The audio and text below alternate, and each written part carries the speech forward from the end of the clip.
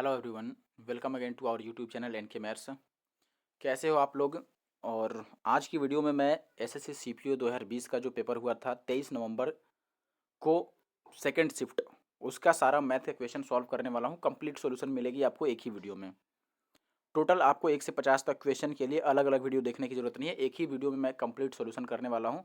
और काफ़ी मज़ा आएगा, आप देखेंगे कि बहुत मज़ा आएगा। ठीक है, क्योंकि मैंने पूरी कोशिश की है कि हर एक क्वेश्चन को जो इजीएस्ट तरीका हो सकता है, इजीएस्ट मेथड, बेस्ट से बेस्ट, यानी कि सुपर बेस्ट, जो भी आप समझ लो, जो भी तरीका हो सकता है मैंने कोशिश की है आपको बताने की। तो प्लीज़ वीडियो को लास्ट तक देखिएगा, बीच में स्किप मत कीजिए वीडियो को। और अच्छी लगे तो वीडियो को शेयर भी कर सकते हैं और लाइक भी कर सकते हैं। और अगर आप हमारे चैनल पर नए हैं और ऐसी वीडियो में इंटरेस्टेड है तो ज़रूर से हमारे चैनल को सब्सक्राइब भी कर लें और बगल में जो बेल का आइकन आता है उसको भी प्रेस करके ऑल पे प्रेस कर लें। और सीपीओ 2020 का जो 23 नवंबर का फर्स्ट शिफ्ट का पेपर है उसका सॉल्यूशन मैंने ऑलरेडी अपलोड कर रखा है, अगर आपने नहीं देखा है तो आप देख लीजिए। और सीपीओ 2020 के पेपर का मेंसुरेशन का मैंने एक अलग वीडियो अपलोड कर दिया है जिसमें सारे मेंसुरेशन के क्वेश्चन को मैंने सॉल्व कर रखे हैं अलग वीडियो में, जो सीपीओ 2020 में आए हुए थे। ठीक है, तो उनको मैंने अलग एक वीडियो में सॉल्व कर रखा है, आप चाहें तो देख सकते हैं। और साथ ही अगर आप सीजीएल की तैयारी कर रहे हैं तो सीजीएल मेंस के लिए मैंने 2011 से 2018 तक के मेंस का सॉल्यूशन मैंने डाला है चैप्टर वाइज, तो वो भी जा करके आप देख सकते हैं चैनल पे। ठीक है, चलिए फिलहाल मैं वीडियो को कंटिन्यू करता हूँ, आगे बढ़ता हूँ। अगर आप नए हैं तो जरूर से सब्सक्राइब और बेल आइकन पे प्रेस कर लीजिएगा। और अगर आप पुराने व्यूवर हैं हमारे तो वीडियो को लाइक और शेयर जरूर से कर दीजिएगा। चलिए बढ़ते हैं आगे और पहले सवाल से करते हैं शुरुआत। देखें दोस्त, पहला सवाल हमारे पास ये है अपने स्क्रीन पे। सवाल में ये दिया गया है कि एक्स स्क्वायर और प्लस माइनस का 5x इक्वल टू कितना है। सॉरी, एक मिनट रुक जाओ। यस, एक्स स्क्वायर माइनस का 5x प्लस 1 इक्वल टू 0 है, तो हमें ये वैल्यू बतानी है। देखिए, जब भी आपसे ऐसा सवाल किया जाए तो आपको क्या करना है, आपको पहले ये देखना है कि जो हमें दिया गया है, पूछा जा रहा है हमसे जो, उसको क्या हम सिंपलीफाई कर सकते हैं, यानी कि और छोटा बना सकते हैं। तो आप बोलेंगे कि जी बिल्कुल, यहाँ पर भी काम कर सकते हैं। तो आप इसको पहले लिखिए कि ये क्या लिखा हुआ है। तो आप लिखना चाहेंगे तो आप बोलेंगे कि ये है एक्स टू द पावर 4। देखिए, एक्स टू द पावर 4 और प्लस 1 अपॉन एक्स स्क्वायर, और सबका बटा क्या है, देखिए ये 1 अपॉन एक्स स्क्वायर है और सबका बटा है एक्स स्क्वायर और प्लस का 1। अब देखिए, अगर मैं x से ऊपर और नीचे डिवाइड कर दूं तो ये बन जाएगा x का क्यूब। देखिए, x टू द पावर 4 को अगर x से डिवाइड करेंगे तो x का क्यूब बन जाएगा, और प्लस ये 1/x क्यूब बन जाएगा, और नीचे कितना बन जाएगा, ये x और प्लस 1/x। मैंने सबको x से डिवाइड कर दिया। अब हमें ये वैल्यू निकालनी पड़ेगी और ये निकालनी पड़ेगी, तो ये तो आसान काम है, ये सब लोग निकाल सकते हैं। देखिए, यहाँ से हम क्या करेंगे, सबको x से कर देंगे डिवाइड। सबको x से डिवाइड करेंगे तो ये मिल जाएगा आपको x plus 1/x equal to का 5। ठीक है, देखो 5x में x से डिवाइड करेंगे तो वो 5 बन जाएगा और राइट साइड ले जाएंगे 5 आ जाएगा। अगर ये वैल्यू 5 है तो हम यहाँ से क्यूब भी लिख सकते हैं कि एक्स क्यूब और प्लस 1/x क्यूब कितना होगा। तो आप बोलेंगे जो दिया है उसका तो क्यूब करते हैं और माइनस 5 को और इस 3 को गुना करके घटा देंगे, तो 5 तियाँ कितना घटाएंगे दोस्त, 15। तो ये कितना आ जाएगा, 110। 125 में से 15 घटेगा, 110 आ जाएगा। अब 110 देखते ही मैं ये समझ गया कि आंसर 11 से कटेगा, और वो है ऑप्शन 2। देखना, पूरी वीडियो में मैं मल्टीपल का ऐसा इस्तेमाल करने वाला हूँ, ऐसा इस्तेमाल मल्टीपल मल्टीपल का कॉन्सेप्ट लगाऊंगा और यूनिट डिजिट का, कि आप देखोगे तो मज़ा आ जाएगा। ठीक है, तो पूरी वीडियो उसके लिए देखना पड़ेगा आपको।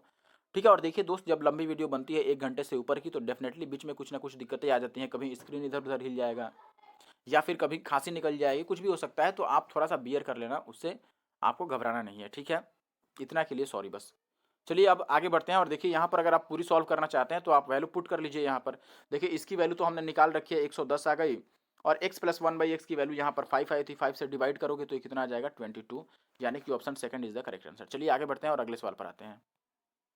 देखिए दोस्त, अगले सवाल में आपको क्या बोला गया है, यहाँ पर आपको दिया गया है दोस्त एक ये आपको एक दंडालेख दिया गया है जिसको आपको सॉल्व करना है। ठीक है, तो देखिए इसमें क्या दिया गया है कि दिया गया जो बार ग्राफ है, ये 5 विद्यालयों के लड़के और लड़कियों की संख्या को दर्शाता है। आपको इसका अध्ययन करना है और जो क्वेश्चन पूछा गया उसका जवाब देना है।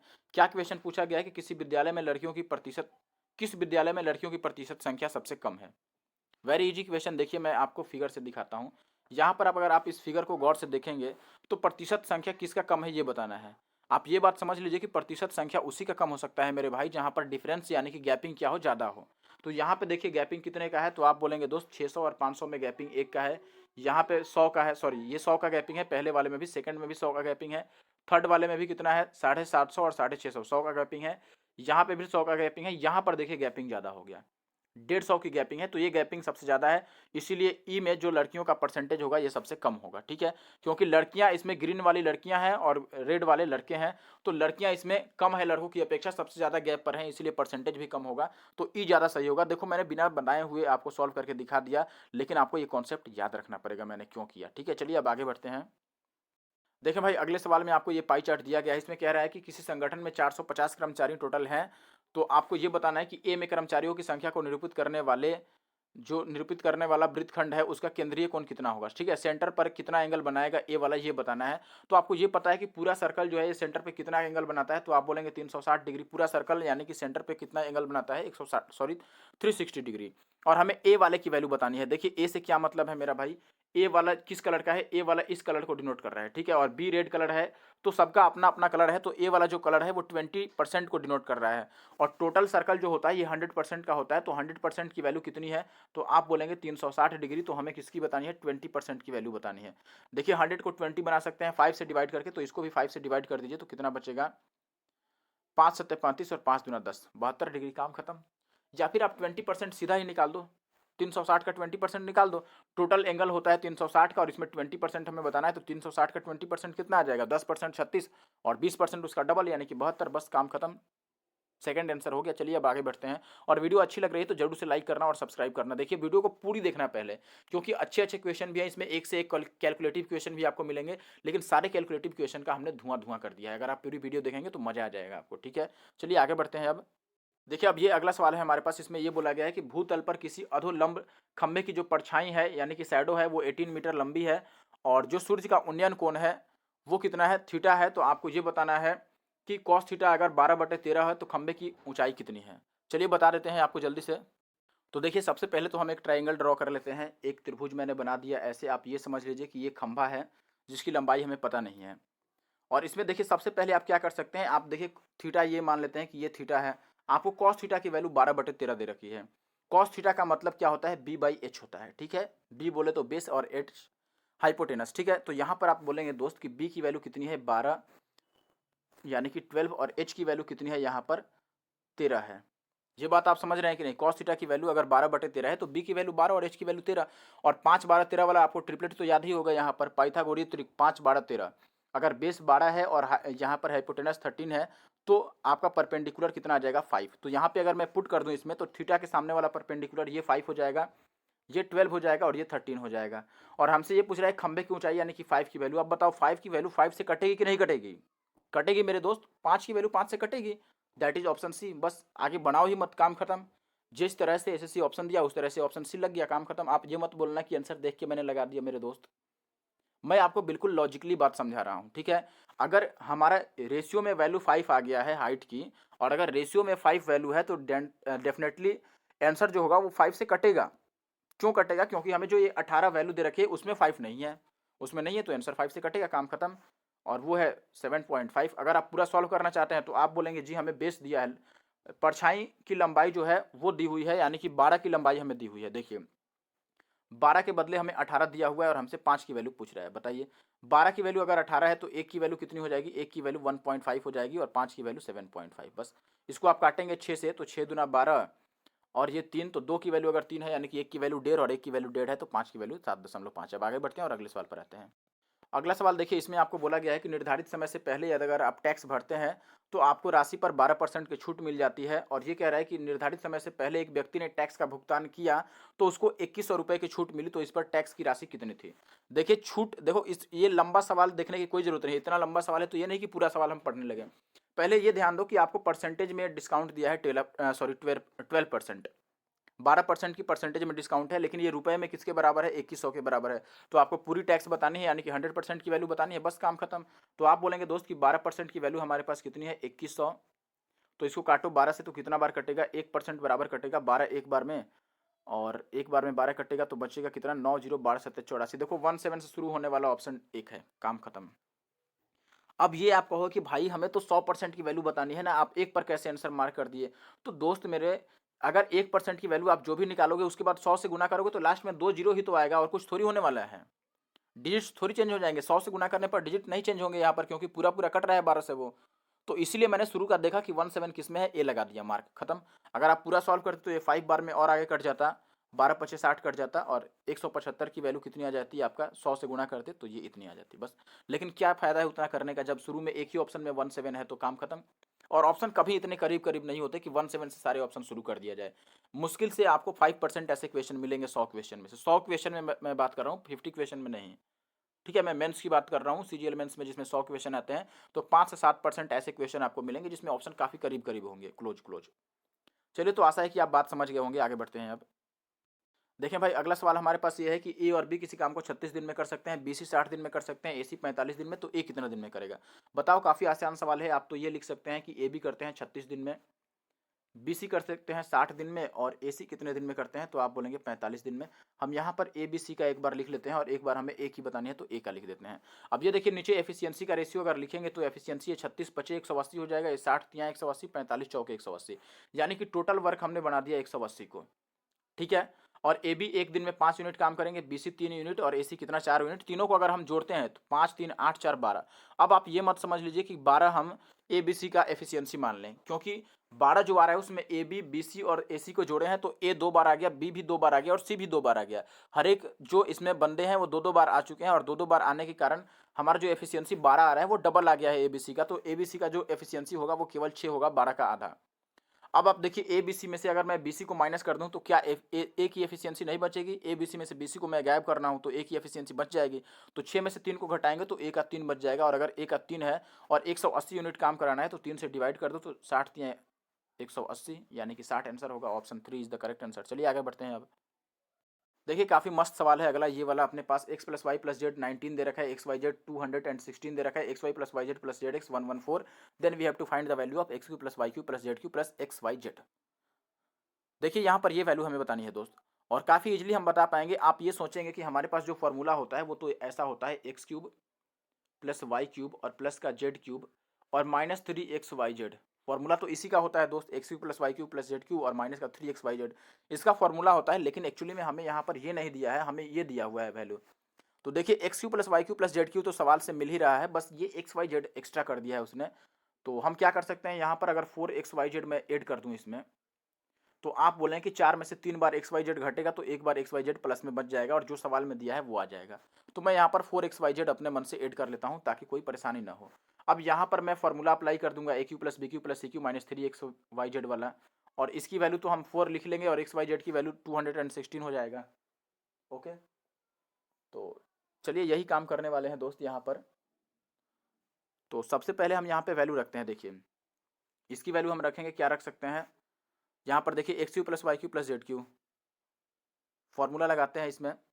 तो फॉर्मूला आपको पता होगा कि जब देखिए ये वाला जब दिया है तो हम फॉर्मूला क्या लगाते हैं, x plus Y plus z और इंटू का x plus Y plus z का होल स्क्वायर और माइनस का 3 times of x y y z और प्लस जेड। चलो मैं लिख के दिखा देता हूँ। देखो, x plus Y plus z एक बार आएगा, फिर आएगा अपने पास देखो x plus Y plus z का होल स्क्वायर और माइनस का आ जाएगा 3 टाइम्स ऑफ एक्स वाई और प्लस का वाई जेड और प्लस का जेड एक्स। ये आएगा, ये ध्यान रखना है आपको फॉर्मूला, ठीक है। तो ये कब आएगा? जब आपको ये वैल्यू दे रखी है और A square plus B square plus C square पता नहीं हो। तो डायरेक्ट मैं यही वाला फॉर्मूला यहाँ पर अप्लाई करने वाला हूँ। मैंने फॉर्मूला बस लिख दिया ताकि आपको याद रहे। अब चलिए मैं लगाता हूँ ये फॉर्मूला डायरेक्ट यहाँ पर। तो आप बोलेंगे दोस्त कि पहले ए प्लस बी प्लस सी तो 19 हो जाएगा, फिर अंदर आएगा 19 का स्क्वायर यानी कि 361, A plus B plus C का होल स्क्वायर और माइनस का 3 times of A B plus B C plus C जो कि 114 है, और फिर यहाँ से प्लस का हमें ये 4 एक्स वाई जेड भी लिखना है। तो 4 और एक्स वाई जेड की वैल्यू है 216। ये कितनी आ जाएगी हमारे पास? 19, और इंटू का ये देखिए 314 आप गुना करेंगे, 3 को 114 से तो 342 आ जाएगा, और 342 को 361 में से घटाएंगे तो ये 19 आ जाएगा, और प्लस का ये हो गया 4 और गुना में 216। अब देखिए यूनिट डिजिट हम निकाल लेते हैं क्योंकि हर एक ऑप्शन में यूनिट डिजिट अलग अलग होगा। तो यहाँ पर देखिए 9 9 81 का 1 और ये 6 चौका 24 का 4। देखिए, जब दो ऑप्शन में भी यूनिट डिजिट मिल रहा है तो भी हम यूनिट डिजिट लगाएंगे, चेक करेंगे कहीं जल्दी तो नहीं बन जाए, ठीक है, क्योंकि यूनिट डिजिट हमेशा फास्ट होगा, ठीक है। तो ये 9 9 81 का 1 आ गया और 6 चौके 24 का 4, यानी कि 1 और 4 जोड़ेंगे तो लास्ट में 5 आएगा डिजिट के। दैट इज ऑप्शन 3 आंसर हो गया। बस यूनिट डिजिट से हमने 5 आंसर निकाल लिया। अब पूरा सॉल्व करना है तो ये 19 का स्क्वायर 361 और प्लस इसको गुना करोगे तो 4 दूना 864, अगर जोड़ोगे तो 8 3 11 और 1 1225 आ जाएगा। चलिए आगे बढ़ते हैं और अगले सवाल पर आते हैं। देखिए दोस्त, क्वेश्चन नंबर 8, इसमें आपको बोला गया है कि वर्ग के क्षेत्रफल में 19% की कमी आ गई है, स्क्वायर के एरिया में 19% का डिक्रीज हो गया है। कब? आपको बताना है कि ऐसे कंडीशन में अगर स्क्वायर का एरिया 90% डिक्रीज हो गया तो जो डायगोनल है, विकर्ण है, वो कितना परसेंट कम हुआ होगा। तो देखिए, विकर्ण यानी कि डायगोनल साइड और पेरीमीटर, ये सब जो होता है वो सेम परसेंटेज में बढ़ता है या घटता है, यानी कि रेशियो सेम इनका रहता है, चेंज जब होते हैं तो।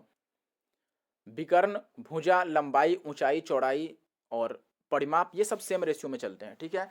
तो यहाँ पर आप साइड में भी निकाल सकते हैं कि साइड में जो कमी आई होगी वही कमी आएगी विकर्ण में। तो देखिए आप इसको उल्टा कीजिए, आप ऐसे समझिए कि इसमें से किसका हम सक्सेसिव चेक करें कि 19% का कमी आ जाए। समतुल्य बटा आपको चेक करना पड़ेगा, इनमें से कौन सा 2 बार छोड़ा जाए, 2 बार कम किया जाए परसेंटेज, ताकि 19% की ओवरऑल कमी आ जाए।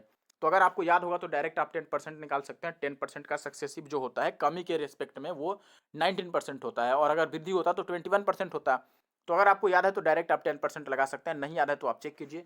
5 का अगर चेक करेंगे तो ये फॉर्मूला लगता है, आपको पता होगा, ए कम हो गया फिर बी कम हो गया फिर प्लस ए बी बाई 100। तो यही वाला हम लगाएंगे। तो अगर 5 लगाओगे तो ये बैठेगा नहीं, अगर 10 आप लगाते हो तो देखो माइनस का 10 और माइनस का प्लस का 100 बटा 100, तो ये कट के एक आ जाएगा और 10 10 20 में से एक जाएगा। तो 19% फाइनल जो सवाल में कमी कह रहा है वो आ जाएगा 19%, यानी कि 10 सही जवाब है। अब आगे बढ़ जाते हैं और अगले सवाल पर आते हैं। देखिए भाई क्वेश्चन नंबर 9 में आपसे ये कह रहा है कि 8200 रुपए को, यानी कि 8200 रुपीज को ए बी सी के बीच में इस प्रकार डिवाइड किया जाता है कि ए को बी से 500 और सी को ए से 300 अधिक मिलता है। तो आपको बताना है कि ए का हिस्सा क्या है। देखिए जिसका हिस्सा पूछ रहा है उसी को हम एक्स मान लेते हैं। इस बार एक्स नहीं मानेंगे तो भी बन जाएगा, लेकिन मानने में कोई परेशानी नहीं है क्योंकि उतना बड़ा सवाल नहीं है। ये ए हो गया, ये बी हो गया, सी हो गया। ठीक है, ए को बी से 500 अधिक मिला है और हमें से ए पूछ रहा है, तो ए को मैंने अगर एक्स मान लिया तो बी से ए वाला 500 ज्यादा है, यानी कि बी ए से 500 कम होगा, तो एक्स माइनस 500 हमने कर दिया। और सी जो है, सी ए से 300 अधिक है, तो ये कितना आ जाएगा, एक्स प्लस 300। और सबका जो योगफल है सबको जोड़ने पर 8200 आना चाहिए। तो अगर हम जोड़ते हैं तो 3x, इनको ऐड करते हैं और प्लस का माइनस का आ जाएगा ना, माइनस का 200, और ये किसके बराबर आ जाएगा, 8200 के। यहाँ से आप बोलेंगे दोस्त कि 3x आ गया 84 और 00 के इक्वल, तो x की वैल्यू कितनी आ जाएगी, 3 से 3 दूना 6 और 3 अट्ठे 24, 2800 आ जाएगी, यानी कि option second is the correct answer. चलिए आगे बढ़ते हैं अब। और वीडियो अच्छा लगे तो जरूर से लाइक करना और लास्ट तक रुकना, क्योंकि एक से एक क्वेश्चन मिलेंगे। अगर आपको इसकी पीडीएफ चाहिए दोस्त, तो पीडीएफ के लिए आप हमारे Telegram group NK maths Nandu Kumar को ज्वाइन कर सकते हैं। ठीक है, चलिए आगे बढ़ते हैं। देखिए भाई इस सवाल में मजा ही आ जाएगा आपको। सवाल ये बोला है कि 9 सेंटीमीटर का एक ठोस है, यानी कि सॉलिड है, और वो एक क्यूब है, ठीक है, यानी कि घन है। उसको 5 सेंटीमीटर, 13 सेंटीमीटर और 31 सेंटीमीटर विमा, यानी कि इतने डायमेंशंस वाले एक ठोस धात्विक घनाभ को पिघला करके एक घन बनाया गया। तो नए घन जो बनेगा उसका पृष्ठीय क्षेत्रफल पूछ रहा है। सवाल आप एक बार वापस से समझ लो। एक घन है जिसका एज जो है, किनारा, वो 9 सेंटीमीटर है, और एक घनाभ है यानी कि क्यूबॉइड है जिसके जो किनारे हैं वो है 5, 13 और 31। दोनों को पिघला करके एक बड़ा सा घन बनाया गया और उसका हमसे पृष्ठीय क्षेत्रफल यानी कि सरफेस एरिया पूछ रहा है।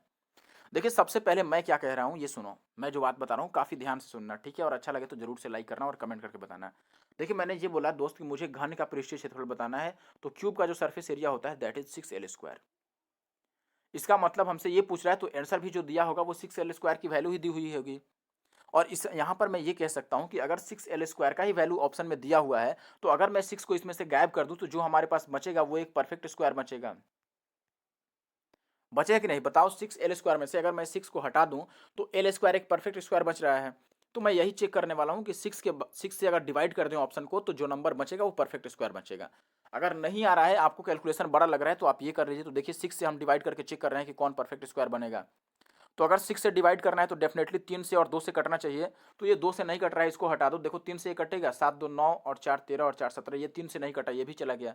अब इसको चेक करो 3 से कटेगा क्या, तो 3 से ये 3 और 6 और 3 9, 3 से कट जा रहा है, तो इसको 3 से हम 6 से डिवाइड करके देखते हैं कि परफेक्ट स्क्वायर बनेगा कि नहीं।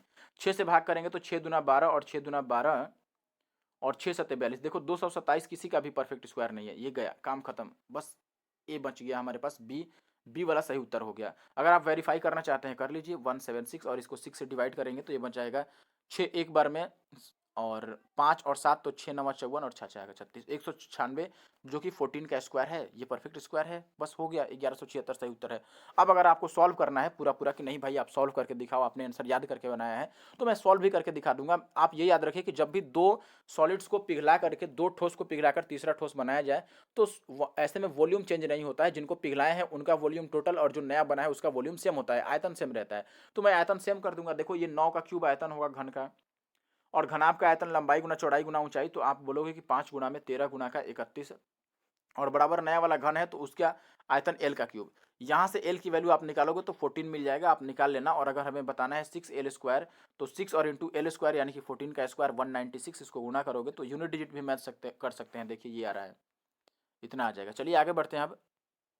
तो दोस्त अगले सवाल में आपको ये दिया है कि दो संख्याओं का अनुपात है 7:13, उनका एचसीएफ जो है महत्तम समापवर्तक वो 8 है, तो एलसीएम बताइए कितना होगा। अगर आपने ये फॉर्मूला पढ़ा होगा कभी, मैंने क्लास में कई बार डिस्कस किया है। एलसीएम जो होता है ये होता है दोस्त एचसीएफ और इंटू का को प्राइम, एचसीएफ और इंटू का को प्राइम होता है। अगर आपने ये कभी भी पढ़ा है तो आप डायरेक्ट इसको कर लो कि एचसीएफ कितना है 8 और को प्राइम कितने हैं, यहाँ पर 7 और 13 है, तो 7 और 13 से गुणा कर लो। 13 7 91 को अगर 8 से करोगे तो 8 एकम 8 और 9 8 72, 728। दैट इज ऑप्शन 4, काम खत्म। वरना आप क्या कर सकते हैं कि अगर 8 है एचसीएफ तो संख्या आप निकाल सकते हैं। पहली संख्या 8 7 56 हो जाएगी और दूसरी 13 8 104, और इनका एलसीएम निकालकर आप चेक कर सकते हो। ठीक है, लेकिन क्या ही करना दोस्त, अगर आपको ये फॉर्मूला याद है आप बेझिझक कर सकते हैं। ठीक है, अब ये नहीं कि मैं बोलूंगा कि भाई फॉर्मूला तो हम लगाएंगे ही नहीं किसी सवाल में। देखो दोस्त, जहां पर फॉर्मूला इजी है वहां पर अप्लाई करना चाहिए आपको। अगर आपको 100 में से 100 क्वेश्चन करने हैं और 200 में 200 अंक लाना है तो डेफिनेटली आपको जहां पर फॉर्मूला आपके सवाल को छोटा कर सकता है वहां पर आप उनको अप्लाई कीजिए, और जहां पर क्वेश्चन के आंसर याद किए जा सकते हैं वहां पर याद भी कर लीजिए। ठीक है, सबसे आगे रहना तो ये सारा आपको पैतरा अपनाना पड़ेगा, ये ध्यान रखिए। ठीक है, चलिए अब आगे बढ़ते हैं। देखिए अगला सवाल हमारे पास ये है कि कोई व्यक्ति 300 किलोमीटर की दूरी तय करता है, वो आरंभिक बिंदु पर वापस आ जाता है, यानी कि 3 किलोमीटर जाता है और वापस आ जाता है। उसके द्वारा जाने में लगा समय और आने में लगा समय, जो जाने में जो लगा समय है वो आने में लगे समय से 5 घंटे अधिक है, यानी कि जाने में 5 घंटा ज़्यादा लगाया है आने से। और उसके जाने की जो चाल है वो 10 किलोमीटर प्रति घंटा की अधिक चाल से वापस लौटता है, यानी कि जिस चाल से जाता है उससे 10 अधिक स्पीड से वह वापस आता है। तो आपको बताना है कि एवरेज स्पीड पूरी यात्रा में उसकी क्या थी। देखिए एवरेज स्पीड आपको पता है कि जब डिस्टेंस सेम रहता है तो एवरेज स्पीड हम ये कर लेते हैं 2xy upon x plus Y. लेकिन इसके लिए जरूरत है दोनों हमें स्पीड पता होना चाहिए, x और y का मान पता होना चाहिए। तो चलिए हम मान पता करते हैं। देखिए जब यहाँ पर सेम दे रखा है कि डिस्टेंस सेम है तो हम ये मान लेते हैं दोस्त कि चलिए जाने के समय में उसका स्पीड x रहा होगा। अगर जाने की स्पीड में x रहा होगा, जाने के टाइम पर उसका चाल x रहा होगा, तो समय अगर आप निकालेंगे तो समय बराबर दूरी बटा चाल होता है। तो दूरी कितना है 300, और अगर x की स्पीड से गया है तो ये टाइम लगाएगा। आने के समय में क्या टाइम लगाएगा 300 दूरी, और नीचे अगर हम लिखते हैं टाइम को तो सॉरी नीचे स्पीड लिखेंगे ना, दूरी बटा चाल, तो चाल 10 ज़्यादा है आने के समय पर, तो नीचे हम x प्लस 10 लिख देते हैं। और ये जो अंतर है टाइम का ये किसके बराबर आएगा, 5 के बराबर आएगा। अब यहाँ से इसको सॉल्व कर लीजिए तो कितना बनेगा हमारे पास, देखिए x प्लस 10 ऊपर जाएगा और ये x इधर जाएगा, तो x तो साफ हो गया, 10 बटे बचेगा x और प्लस का 10x ये बचेगा, और राइट साइड में बचेगा 5 बटा 300। ये 300 कॉमन होकर राइट साइड में बटा में जाएगा तो 5 छक 30 यानी कि 1/60 बचेगा। इसको हम कैसे लिख सकते हैं, इसको हम लिख सकते हैं दोस्त कि ये हो गया हमारे पास 600, यानी कि ये एक्स स्क्वायर बनेगा, एक्स स्क्वायर और प्लस का 10x और माइनस का 600 इक्वल टू का 0। अब इसको सॉल्व करो, इस क्वाड्रेटिक इक्वेशन को सॉल्व करना पड़ेगा। तो ये मुश्किल नहीं है, अगर आपने पहले कभी पढ़ा हो क्वाड्रेटिक इक्वेशन सॉल्व करना तो ये काफ़ी आसान सवाल है। ठीक है, देखिए कैसे कर सकते हैं। यहाँ पर हम इसको क्या करेंगे, ब्रेक करेंगे, ऐसे दो पार्ट में ब्रेक करेंगे कि उनको मल्टीप्लाई करके 600 बन जाए और उनका जो डिफरेंस हो वो 10 मिल जाए। तो आप बोलेंगे कि ये 30 और 20 में बात बन सकता है। 30 में से 20 को हम लेस करेंगे तो ये बात बन जाएगी, 30 और 20 को गुना करके 600 बन जाएगा, और अंतर कितना आ जाएगा 10x का। अब देखो ये माइनस में जो 20 है वो एक्चुअली में राइट में चला जाएगा, 20 बन जाएगा, यानी कि प्लस में बन जाएगा, और यही हमारी वैल्यू हो सकती है। ये 30 नहीं होगा क्योंकि ये राइट में जाएगा तो ये नेगेटिव वैल्यू बन जाएगा। ठीक है, तो हम ये कह दिए दोस्त कि जाने के समय में उसका चाल जो है x बराबर वो कितना आ गया 20। तो अगर एवरेज स्पीड आपको बतानी है तो 2xy by x plus Y करनी पड़ेगी। तो 2 और x के जगह पर 20 रख दिए, y के जगह पर आने में 10 ज़्यादा है तो ये 30 हो जाएगा, और नीचे 30 और 20 कितना हो जाएगा 50। ये 0 से 0 कट गया, और ये 5 चौके 20 यानी कि 4 3 12 दूना कितना आ गया 24। 24 इसका सही उत्तर है, option 3 is the correct answer. ठीक है, तो आशा है कि आप बात को समझ पाए होंगे। यहाँ से x की वैल्यू मैंने निकाली, और अगर जाने की स्पीड 20 है तो आने की 10 ज़्यादा थी यानी कि 30, और फिर मैंने 2xy by x plus Y कर दिया, 24 आ गया। चलिए आगे बढ़ते हैं। अब देखिए दोस्तों अगले सवाल में आपको क्या कह रहा है, इसमें यह दिया गया है कि 70 किलोमीटर प्रति घंटा और 80 किलोमीटर प्रति घंटा की चाल के बीच वाली कारों की संख्या और 50 और 60 के बीच की चाल वाली कारों की संख्या से कितने प्रतिशत अधिक है। अच्छा देखिए फिर से मैं पढ़ देता हूँ। देखिए सवाल था कि 70 और 80 के बीच में जो कारों की संख्या है वो 50 और 60 के बीच में जो कारों की संख्या है स्पीड वाली, उससे कितना ज़्यादा है। ठीक है, तो हम यहाँ पर चेक कर लेते हैं पहले कि कितना कितना है। तो मैं फिगर को बड़ा करके आपको दिखा देता हूँ। देखिए यहाँ पर आप बोलेंगे दोस्त कि पहले था कितना कि कितना बीच वाला, अब ये हमें क्वेश्चन भी साथ में ध्यान में रखना पड़ेगा। तो एक बार क्वेश्चन को भी हम ध्यान में रख लेते हैं। देखिए यहाँ पर पहले है आपका 80, तो 80 के पहले 70 होगा, 70 से 80 वाला, तो 70 से 80 वाला ये रहा। देखिए कितना है 90 के सामने है तो 90 हो गया। और दूसरे केस में 50 से 60 कह रहे हैं, 50 से 60 ये वाला है ऑरेंज वाला, तो ये 70 है, तो 70 से ये 90 कितना ज़्यादा है यही तो बताना है, बताओ। तो आप बोलोगे 20 ज़्यादा है भाई 70 से, इसको काट देंगे तो ये 2/7 आ जाएगा। 2/7 का मतलब कितना हो गया, 200/7, 200/7, या फिर आप 1/7 को समझते होंगे कि 1/7 का मतलब कितना होता है, 14 सही और 14 सही 2/7 होता है, तो ये डबल है, यानी कि ये 28 पूर्णांक और 4/7 आएगा। 28 पूर्णांक 4/7 अपना आंसर होगा। आप इसको 100 से गुणा करके और चेंज भी कर सकते हैं परसेंटेज में। 2/7 गुना का 100 आएगा। देखिए 28 पॉइंट ये है कि नहीं, ये आंसर आएगा हमारा, ठीक है। क्योंकि मैंने ये बोल दिया भाई कि एक 90 था और एक 70 था, और ये कितना ज़्यादा था यही तो बताना था। तो ये कितना ज़्यादा है, आप बोलेंगे कि दोस्त 20 ज़्यादा है, कितना से, 70 से, और गुणा का 100, यही आपको निकालना था। ये जीरो काट दिया और 200/7 का मतलब आ जाएगा 4, 4 यानी कि 28.6। अगला सवाल देखिए, आपको ये दिया गया है कि साधारण ब्याज की जो रेट है यानी कि इंटरेस्ट है, दर, वो 11% से बढ़कर 17.5% हो जाती है, 17:1/2% हो जाती है। तो आपको बताना है कि किसी व्यक्ति की वार्षिक आय यानी कि एनुअल इनकम इसके कारण क्या होती है, 1071.20 रुपये बढ़ जाती है, तो निवेशित की गई मूल्य क्या है, यानी कि आपको मूलधन बताना है, अमाउंट बताना है। काफ़ी आसान सवाल है, अमाउंट नहीं, सॉरी, प्रिंसिपल बताना है। तो मैं क्या बोलूँगा यहाँ पर कि देखिए पहले रेट ऑफ इंटरेस्ट था 11%, यानी कि एक साल में 1100 का ब्याज मिलता था, सॉरी 11% का ब्याज मिलता था। लेकिन अब हो गया 17.5, तो 11 से 17.5 होने के कारण ब्याज परसेंटेज में कितना बढ़ा, तो आप बोलेंगे 6.5 बढ़ गया, 6.5 बढ़ गया। और 6.5% की वैल्यू आपको सवाल में कितनी दे रखी है, तो आप बोलेंगे कि 1071 और पॉइंट की 2 दे रखी है। बस अब काट लो, यहाँ से हमें 100% की वैल्यू बतानी है। आप डीएस भी लगा सकते हैं, लेकिन ये उतना मुश्किल सवाल है नहीं, तो हम जल्दी जल्दी से कवर कर लेंगे। देखिए पॉइंट से पहले पॉइंट को हटा दिया हमने और 13 से काटते हैं, तो 13×5 = 65, और इसको 13 से काटेंगे तो 13×8 = 104 कटेगा, और बचेगा 3 और 1, तो 13×2 = 26 और 13×4 = 52। 5 की वैल्यू इतनी है, तो 100 की वैल्यू देखो, 5 को 100 कैसे बना सकते हैं, 20 से गुना करके, तो इसको भी 20 से गुना कर लो। 20 से गुना करेंगे, 20×4 = 80, लास्ट में 80 किस में है, ऑप्शन 2 में, काम खत्म। देखो कितना जल्दी हमने काम कर दिया ना, मजा ही आ गया, ठीक है। हमने बस 20 से गुणा कर दिया, लास्ट का 2 अंक देख लिया, काम खत्म। क्यों कैलकुलेटिव बोलेंगे इसको भाई, किस बात की कैलकुलेटिव है ये? कैलकुलेटिव क्वेश्चन जो एक्चुअल में होगा उसको मैं बोलूंगा कि ये कैलकुलेटिव है रियली में। तो 100 क्वेश्चन में से मुश्किल आपको 5 से 10 क्वेश्चन कैलकुलेटिव मिलेंगे।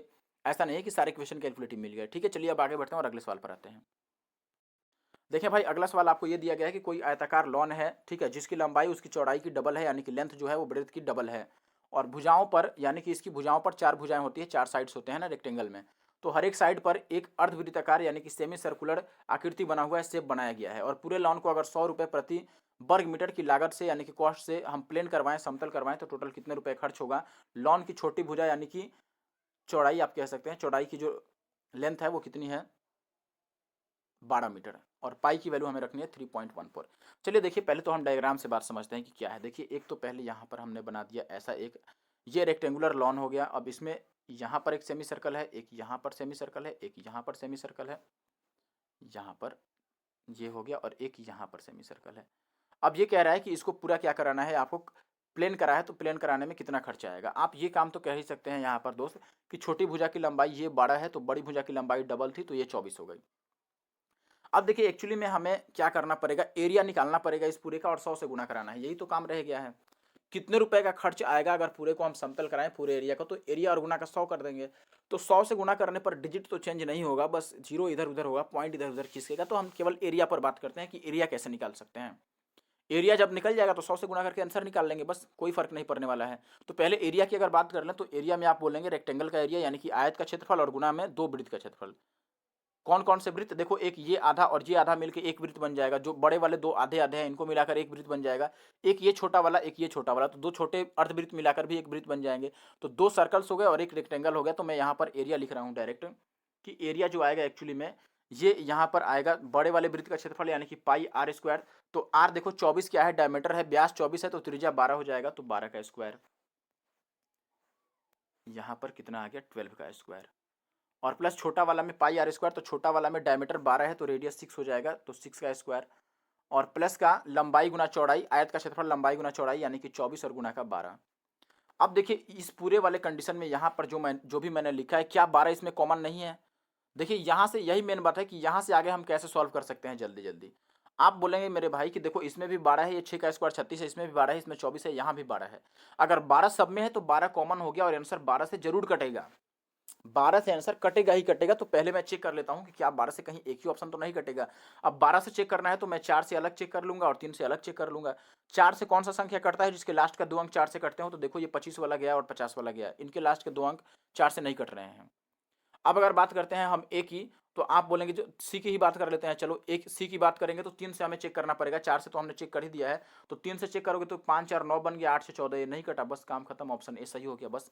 आप चाहो तो कैलकुलेट भी कर सकते हो, इसका एरिया निकालना, पाई का मान रख के 3.14, देखो पॉइंट में जाने लगेगा मान 22/7 रखना नहीं है, 3.14 रखना है, वो मान रखोगे, फिर जो भी इनका कैलकुलेशन करके आएगा 100 से गुना करोगे तो आंसर आ जाएगा। लेकिन क्यों उतना हम जोखिम लें भाई, क्यों लें, जब इस तरह के ऑप्शन है और हमारे पास इतना मतलब स्किल है कि हम मल्टीपल ढूंढ करके और आंसर लगा सकते हैं, तो क्यों उतना मुश्किल है भाई। आपको तरीका कैसा लगा, आप राजी हैं इस तरीके से, आपको अच्छा लगा तो जरूर से कमेंट कीजिएगा कि यस अच्छा तरीका है, और आप हमारी वीडियो को फॉलो करते रहिए, और चैनल पर नए हो तो सब्सक्राइब कर लीजिएगा। चलिए बढ़ते हैं आगे। देखिए इसमें क्या कह रहा है आपसे, ये कह रहा है कि यहाँ पर ABCDE में लड़कों की संख्या का औसत बताइए। लड़के कौन है, देखिए बॉय रेड वाले हैं, तो रेड वाले इसमें लड़के हैं, तो सबको जोड़ना है लड़कों का संख्या, और 5 ABCDE 5 लोग हैं तो 5 से डिवाइड करना पड़ेगा। ठीक है, चलिए 5 स्कूल है, 5 से डिवाइड कर देंगे। ऊपर पहले जोड़ लीजिए, देखिए 600 है यहाँ पर, 450, तो 600 और 400 10 हो गया, 6 4 10, 10 7 17, 17 और 7 24, 24 और 8 32 हो गया। और यहाँ पर देखिए 450 में 50 है, और यहाँ पर 750 में भी 50 है, यानी कि एक्चुअली में ये 3300 बन जाएगा। तो लड़कों की संख्या 3300 हो गई, और हमें डिवाइड करना है किससे, आप बोलेंगे 5 से। देखिए ये 33 देख के हम ये नहीं कह सकते हैं कि ये 11 से आंसर कटेगा, और बी हो गया आंसर 11 से कटने वाला, लेकिन देख लेते हैं, ये कटाना मुश्किल नहीं है। ठीक है, 5 से कटेगा, 5 36 5 36 0, बस हो गया, आ गया आपका बी 660। चलिए आगे बढ़ते हैं अब। अगला सवाल ये देखिए, आपको बोला गया है कि 8%, 15% और 12% के 3 अलग अलग डिस्काउंट दिए गए हैं, तो आपको इनका सक्सेसिव डिस्काउंट बताना है, यानी कि एकल छूट बताना है कितना होगा। डेफिनेटली आप ये फार्मूला जानते होंगे कि 8 और ऐसे, जिसमें ए लिखते हैं प्लस बी लिखते हैं और फिर माइनस AB/100 लिखते हैं, ये, या फिर यहाँ पर आप माइनस लगाएंगे तो ये प्लस। ये फार्मूला भी आप अप्लाई कर सकते हैं, पहले 2 पर और फिर तीसरा पर अप्लाई करेंगे, तो 2 बार में आपको अप्लाई करना पड़ेगा। लेकिन उससे बेहतर है कि मैं यूनिट डिजिट का इस्तेमाल कर लूँ और काम खत्म कर दूँ। अब आप बोलेंगे भाई कि इसमें यूनिट डिजिट कैसे लगाएं, तो देखिए यूनिट डिजिट लगाने के लिए हम दूसरा वाला तरीका अप्लाई करेंगे, जो आप 100 वाला पढ़े होंगे कि 100 इंटू, देखिए जैसे मैं लिख देता हूँ 100 इंटू का 8% की कमी है, 8% की छूट आ गई तो ये 92/100 हो गई। अगला बार 15% की छूट हो गई तो ये 85/100 हो गई। फिर 12% की छूट हो गई तो ये 88/100 हो गई। अब हमारा सबसे पहला काम क्या है कि हम यूनिट डिजिट निकालें, लेकिन यूनिट डिजिट 0 बन रहा है। आप देख रहे हैं कि जब 2 और 5 दिख गया तो यूनिट डिजिट 0 आएगा। तो पहले हम 0 वाला खेल खत्म करते हैं, 0 को काट कर हटा देते हैं, तो ये 5 कट जाएगा, 0 भी कट जाएगा, तो इस 5 को हम काट देते हैं, 17 5 85, और ये 20 दूना 40, सॉरी 20 25 100, और ये 10 दूना 20 हो गया, और ऊपर हो गया 44 दूना 88। अब नीचे देखिए, नीचे क्या बचा हमारे पास, केवल 0 0 वाले बचे हैं। नीचे यहाँ पे 10 बचा है और यहाँ पे 100 बचा है, तो केवल 0 0 वाले नीचे बचे हैं, तो इनसे कोई फायदा नहीं है। हम ऊपर वाले से यूनिट डिजिट चेक करते हैं। ऊपर है हमारे पास 92 में लास्ट में 2 है, यहाँ पर लास्ट में 7 है 17 में, और यहाँ पर क्या है 4 है। तो देखिए 7 दूना 14 चौका 56, यानी कि यूनिट डिजिट आ गया 6। अब इकाई अंक 6 आ रहा है, तो ये नहीं कि हमने बी को आंसर मार्क कर दिया। देखिए इकाई अंक 6 आ रहा है, तो आपको ये पता होगा कि जब 100 वाला फॉर्मूला हम लगाते हैं तो लास्ट में हमारा आंसर 100 में से घटा कर आता है, कि 100 में से हम देखते हैं कि कितने की कमी आई है। तो वही काम हम यहाँ पर करेंगे, 100 में से हमें घटाना है वो संख्या जिसके लास्ट में ये 6 आ रहा है। तो अगर हम घटाएंगे इसको तो लास्ट में कितना आएगा, 4 आएगा, और लास्ट में 4 किस में है, ऑप्शन 3 में है, और 3 हमारा आंसर होगा। Option 3 is the correct answer. आशा है कि आप बात समझ गए होंगे। आगे बढ़ते हैं, कोई दिक्कत हो आप कमेंट करके हमें बता सकते हैं। देखिए भाई अगला सवाल हमारे पास ये है कि ABC एक त्रिभुज है जिसमें कोण A 66 डिग्री है। AB जो है वो AB और AC क्रमशः बिंदु D और E तक बढ़ाए गए हैं। यदि कोण CBD और BCE के जो समद्विभाजक हैं यानी कि बाइसेक्टर्स हैं वो O पर मिलते हैं तो एंगल BOC। आप तो ये पढ़े होंगे 90 और -a/2 का केस बन रहा है। चलो कोई बात नहीं, बना देते हैं, फिगर से समझते हैं। देखिए एक त्रिभुज पहले मैंने ये बना दिया, इसमें ये कह रहा है कि ये A है, ये B है, ये C है, इसको बढ़ा दिया है D तक और इसको बढ़ा दिया है E तक, और इसका जो बाइसेक्टर है और इसका बाइसेक्टर ये आकर O पर मिलते हैं, तो ये एंगल पूछ रहा है, और ये A के पास हमें 66 दे रखा है। अब आपको ये पता है कि O वाला एंगल जो होता है ये 90 - a/2 होता है, तो 90 - a कितना है 66, इसका आधा कितना हो गया 33, घटाएंगे तो कितना आ जाएगा 57, यानी कि ऑप्शन 4 सही उत्तर है। ठीक है, अब आगे बढ़ जाते हैं और अगले सवाल पर आते हैं। आसान सवाल था, रिपीट करने की जरूरत नहीं है। क्वेश्चन नंबर 19 आपको बोल रहा है कि किसी समलंब चतुर्भुज यानी कि ट्रेपिजम की 2 पैरेलल साइड्स आपको 27 सेंटीमीटर एंड 13 सेंटीमीटर दिया गया है। तो समलंब चतुर्भुज यानी कि ट्रेपिजम का हाइट भी दिया है आपको 7, तो आपका एरिया बताना है आपको कि इसका एरिया क्या होगा मीटर स्क्वायर में। तो पहले एरिया निकाल लेते हैं, उसके बाद मीटर स्क्वायर का खेल देखेंगे। एरिया अगर आप निकालोगे तो ट्रेपिजम का एरिया क्या होता है 1/2 and sum of parallel sides और इंटू का हाइट। तो जो समांतर भुजाएं हैं उनका योगफल कितना बन जाएगा 40, और इंटू का हाइट कितना है 7 है, इसको कटा देंगे 20 दूना 40, तो 20 सत्ते कितना आ गया 140। लेकिन ये एरिया सेंटीमीटर स्क्वायर में है। इसको मीटर में बदलने के लिए देखिए 1 सेंटीमीटर को मीटर में बदलेंगे तो 100 से डिवाइड करेंगे, लेकिन दो बार सेंटीमीटर आएगा क्योंकि ये एरिया है, तो एरिया में सेंटीमीटर स्क्वायर को हमें मीटर स्क्वायर में ले जाना है, तो एक बार और 100 से भाग करेंगे बस।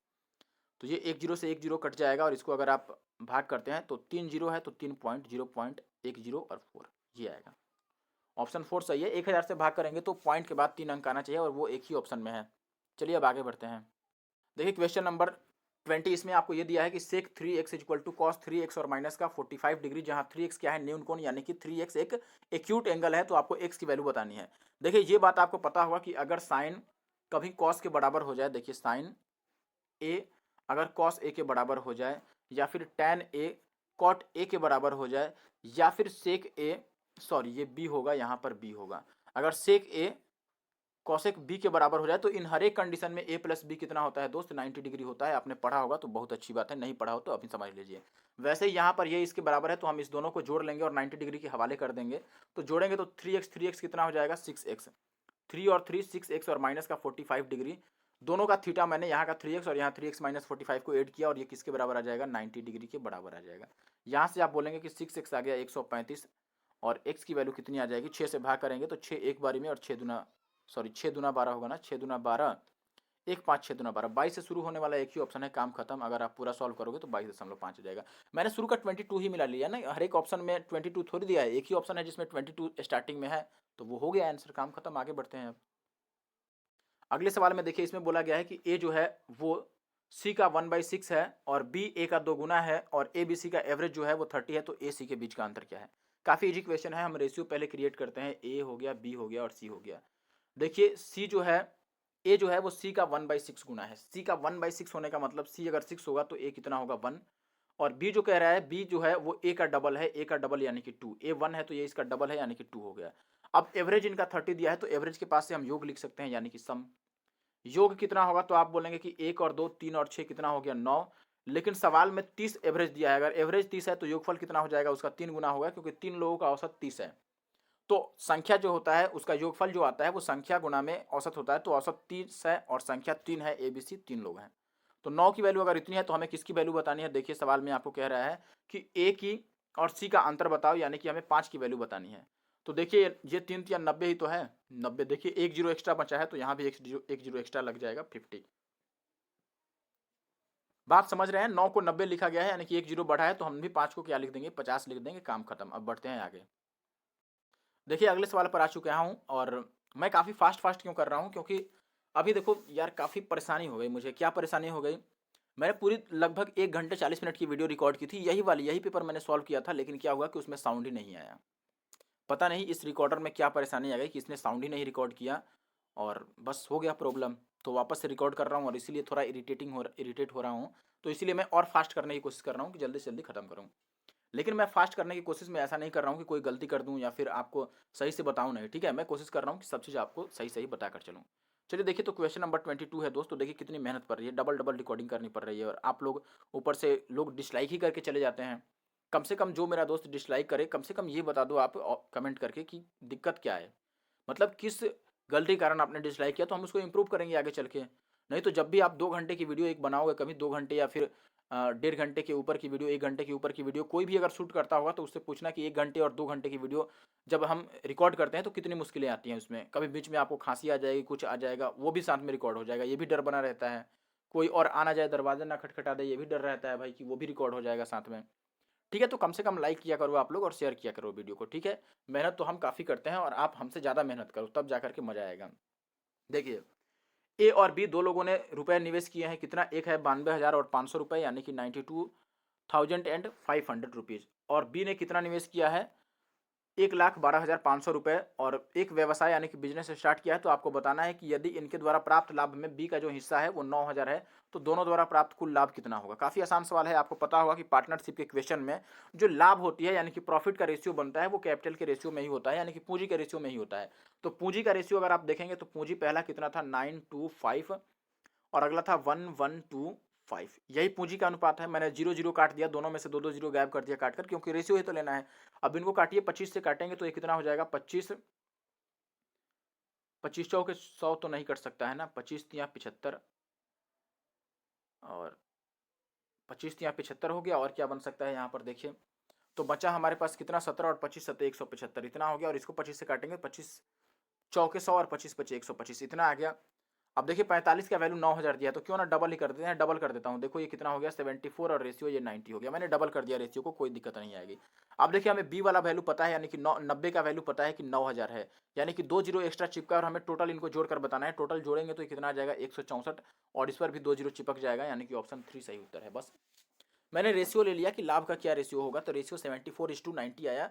एक्चुअली में रेशियो तो 37 और इंटू का 45 था, लेकिन ये कितना बन गया, मैंने डबल कर दिया क्योंकि 90 9000 के बिल्कुल सेम सेम था, इसीलिए मैंने उसको 90 बना दिया। अब देखें आपकी 2 जीरो एक्स्ट्रा लगा है, बी वाली वैल्यू 90 के बदले में 9000 है, 2 जीरो एक्स्ट्रा चिपका है, तो टोटल हमसे पूछ रहा था जोड़कर 164 आ गया, 2 जीरो मैंने चिपका दिया। चलिए आगे बढ़ते हैं। देखिए दोस्त, इस क्वेश्चन में आपको कह रहा है कि 75 गुणा में 73 गुणा में 78 और इंटू का 76 को 34 से डिवाइड कीजिए और रिमाइंडर बताइए कि शेषफल क्या आएगा। तो हम क्या करते हैं, सबको अलग अलग 34 से डिवाइड करके लिख देते हैं। बताइए 75 में अगर 34 से डिवाइड करेंगे तो कितना रिमाइंडर आएगा। 34 दूना का होता है 68, यानी कि 68, तो 5 और 2 7 बचेगा रिमाइंडर, तो 7 यहाँ से मिल गया। इंटू का अगर 73 के पास देखेंगे तो ये 75 से 2 कम है, तो रिमाइंडर भी 2 कम मिल जाएगा, यानी कि 5 मिल जाएगा। अगला देखिए 73 से कितना ज़्यादा है, 5 ज़्यादा है, तो 5 से 5 ज़्यादा अगला रिमाइंडर आएगा 5। और 76 जो है ये 78 से 2 है, तो 5 से 2 कम आपको मिलेगा कितना, 3 मिलेगा रिमाइंडर। 3 मिलेगा या कुछ और कुछ एरर तो नहीं हो गया, देख लेता हूँ, मैं देख लेता हूँ, कोई दिक्कत नहीं है। यहाँ पर 75 में था कितना 68, तो 2 और 5 7 हो गया, तो यहाँ पर ये 2 कम है तो 2 कम हो गया 5।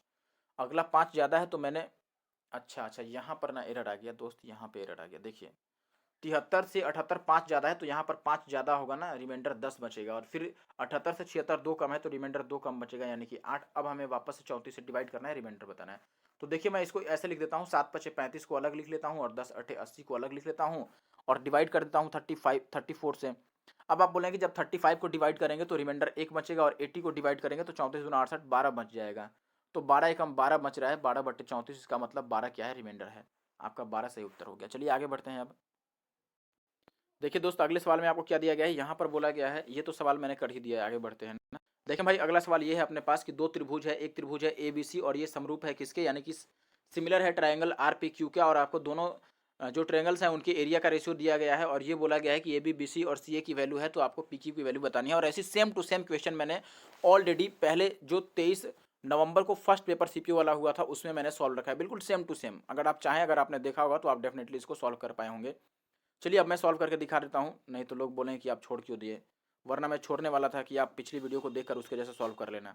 देखिए मैं ट्रायंगल पहले बना लेता हूँ दोनों। तो एक त्रिभुज हमारे पास कौन सा है, ABC है, ये A हो गया, ये B हो गया और ये C हो गया।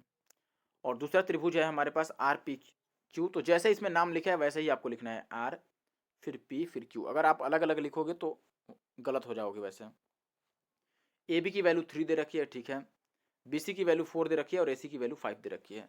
अब देखिए आपको ये बात तो पता है कि रेशियो सेम टू सेम चलेगा। हमसे पूछा है PQ की वैल्यू, तो PQ की वैल्यू इस 4 के अकॉर्डिंग चेंज होगा। तो आप ये बोलोगे कि दोस्त इनका एरिया का रेशियो है 4/9। अगर एरिया का रेशियो 4/9 है तो साइड का रेशियो क्या हो जाएगा, स्क्वायर रूट ले लेंगे तो साइड का रेशियो आ जाएगा 2:3। 4 का वर्गमूल 2 और 9 का वर्गमूल 3 हो गया। एरिया का रेशियो पता है तो साइड का रेशियो क्या होता है, स्क्वायर, सॉरी उसका स्क्वायर रूट लेते हैं, वर्गमूल निकालते हैं, 2 3 आ गया। और 2 की वैल्यू आपको 4 दे रखा है, यानी कि डबल, तो 3 की वैल्यू भी डबल हो जाएगी, यानी कि 6, और 6 सही उत्तर है, यानी कि 2।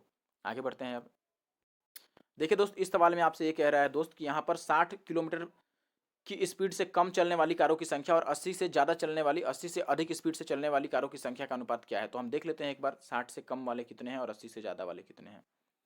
इसमें देखिए 60 से कम का मतलब 70 के नीचे वाले, नहीं सॉरी 60 से 70 के बाद वाले, इसके नीचे वाले। तो इसके नीचे वाले कितने हैं, आप बोले कि यहाँ पर ये 50 हो गया और ये उसके ऊपर कितना है, ये 70 हो गया। तो 50 और 70 120 आ गए कम वाले। और 80 से ऊपर वाले, 80 से ऊपर का मतलब 80 से 100 तक वाला हमें जोड़ना पड़ेगा।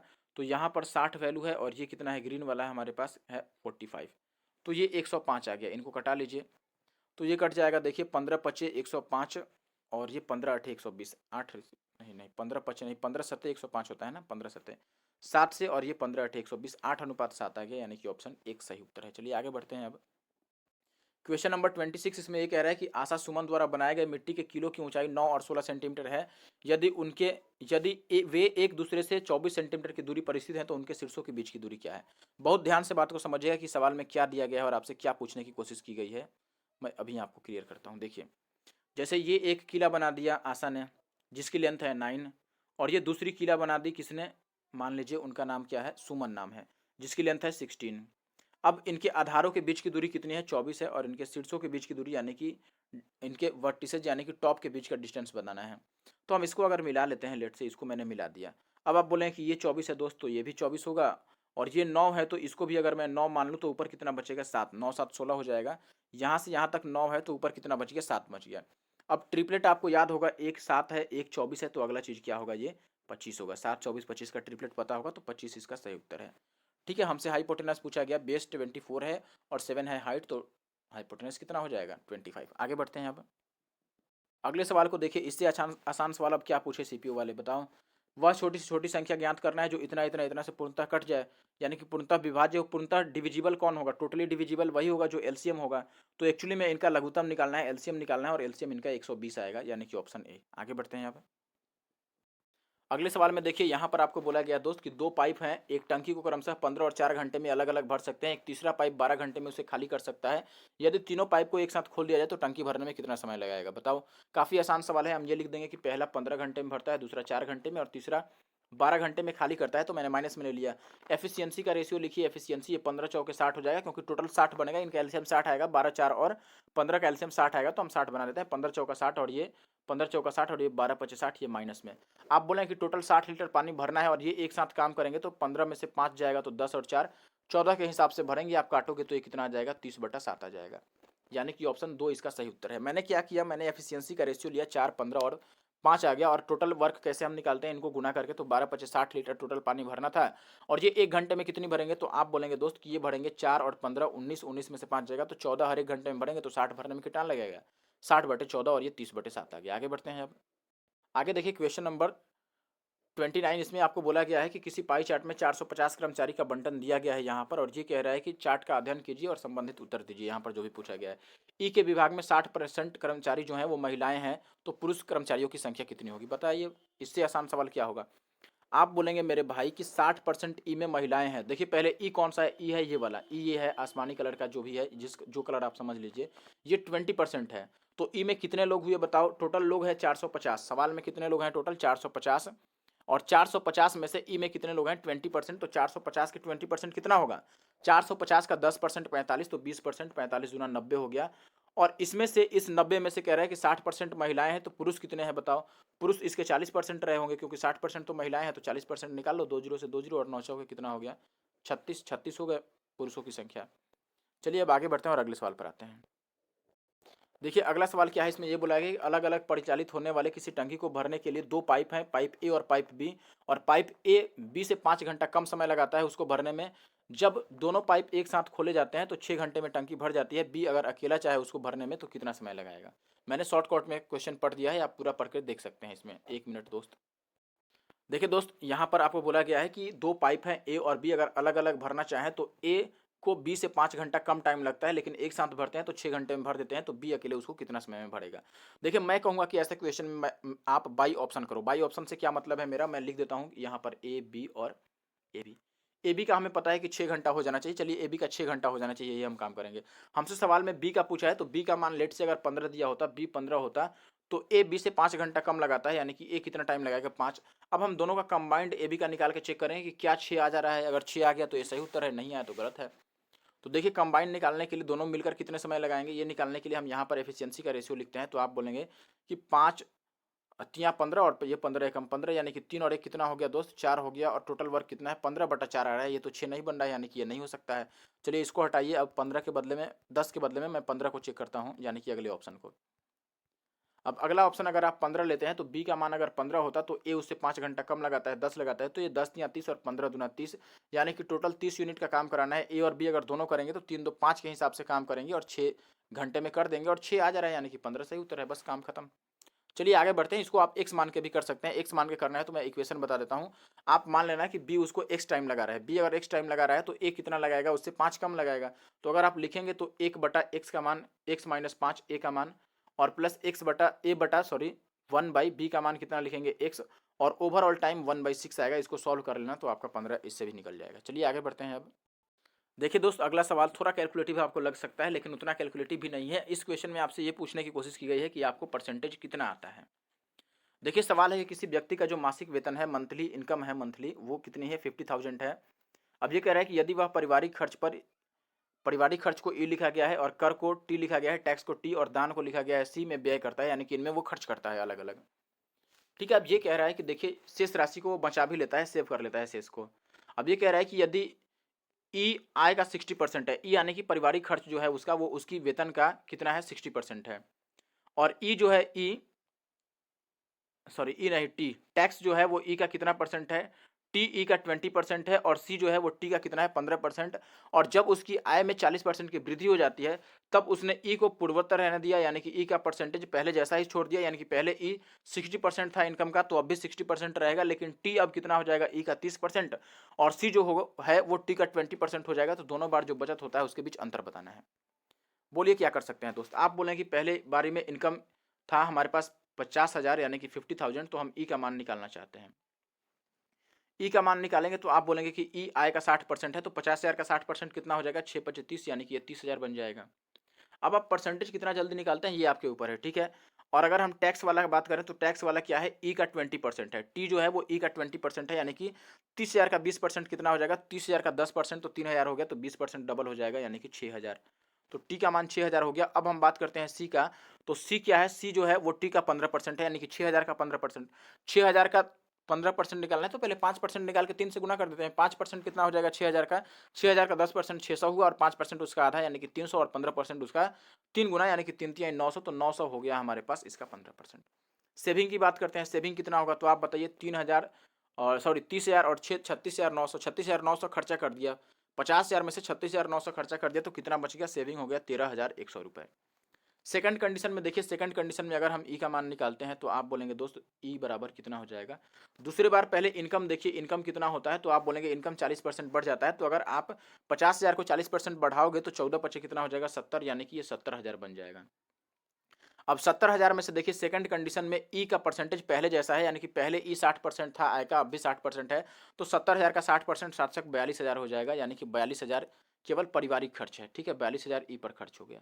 अब बात करते हैं टी का, तो टी के लिए ये कह रहा है कि ई का 30% है, तो 42 का 30% 3 से गुना कर दिए, 3 दूना 6 और 3 चौके 12, यानी कि 12,600 रुपये टी पर खर्च कर दिया। और सी पर कितना खर्चा करता है, सी पर टी का 20% खर्चा करता है, तो 126 को डबल कर दो तो 252, और इस पर 1 0 2520। अब यहाँ पर सेविंग निकालो। सेविंग कैसे निकाल सकते हैं हम, यहाँ पर 70,000 में से ये सारे इसके एक्सपेंडिचर निकाल लो, घटा लो, तो कितना आ जाएगा, तो ये आ जाएगा आपका 12,880। आप निकाल लेना, ठीक है। कैसे निकाला मैंने, 42,000 और ये जोड़ लेंगे और 70,000 में से घटा लेंगे, 12,880 आ गया। अब हमें क्या करना है, यहाँ पर सेविंग का अंतर देखना है, यानी कि ये और ये कितना अंतर लाएगा। तो देखो 13,100 पहले अंतर था, अब था 12,880 रुपये। अगर घटाओगे तो लास्ट में 20 आएगा, लास्ट में 20, ऑप्शन बी में काम खत्म। आप पूरा घटा लेना, 220 आ जाएगा। आगे बढ़ते हैं और अगले सवाल पर आते हैं। देखिए भाई, अगले सवाल में आपको क्या दिया गया है, सिंप्लीफिकेशन का क्वेश्चन है, और सिंप्लीफिकेशन के क्वेश्चन कुछ कैलकुलेटिव भी आ गए हैं, ठीक है। तो आपको घबराना नहीं है। क्या करेंगे हम यहाँ पर दोस्त, सिंप्लीफिकेशन का क्वेश्चन है तो डरेंगे नहीं। पहले तो देखो इसको सीधा कर लो, तो 3×3 = 9 और 1 10/3 बन गया।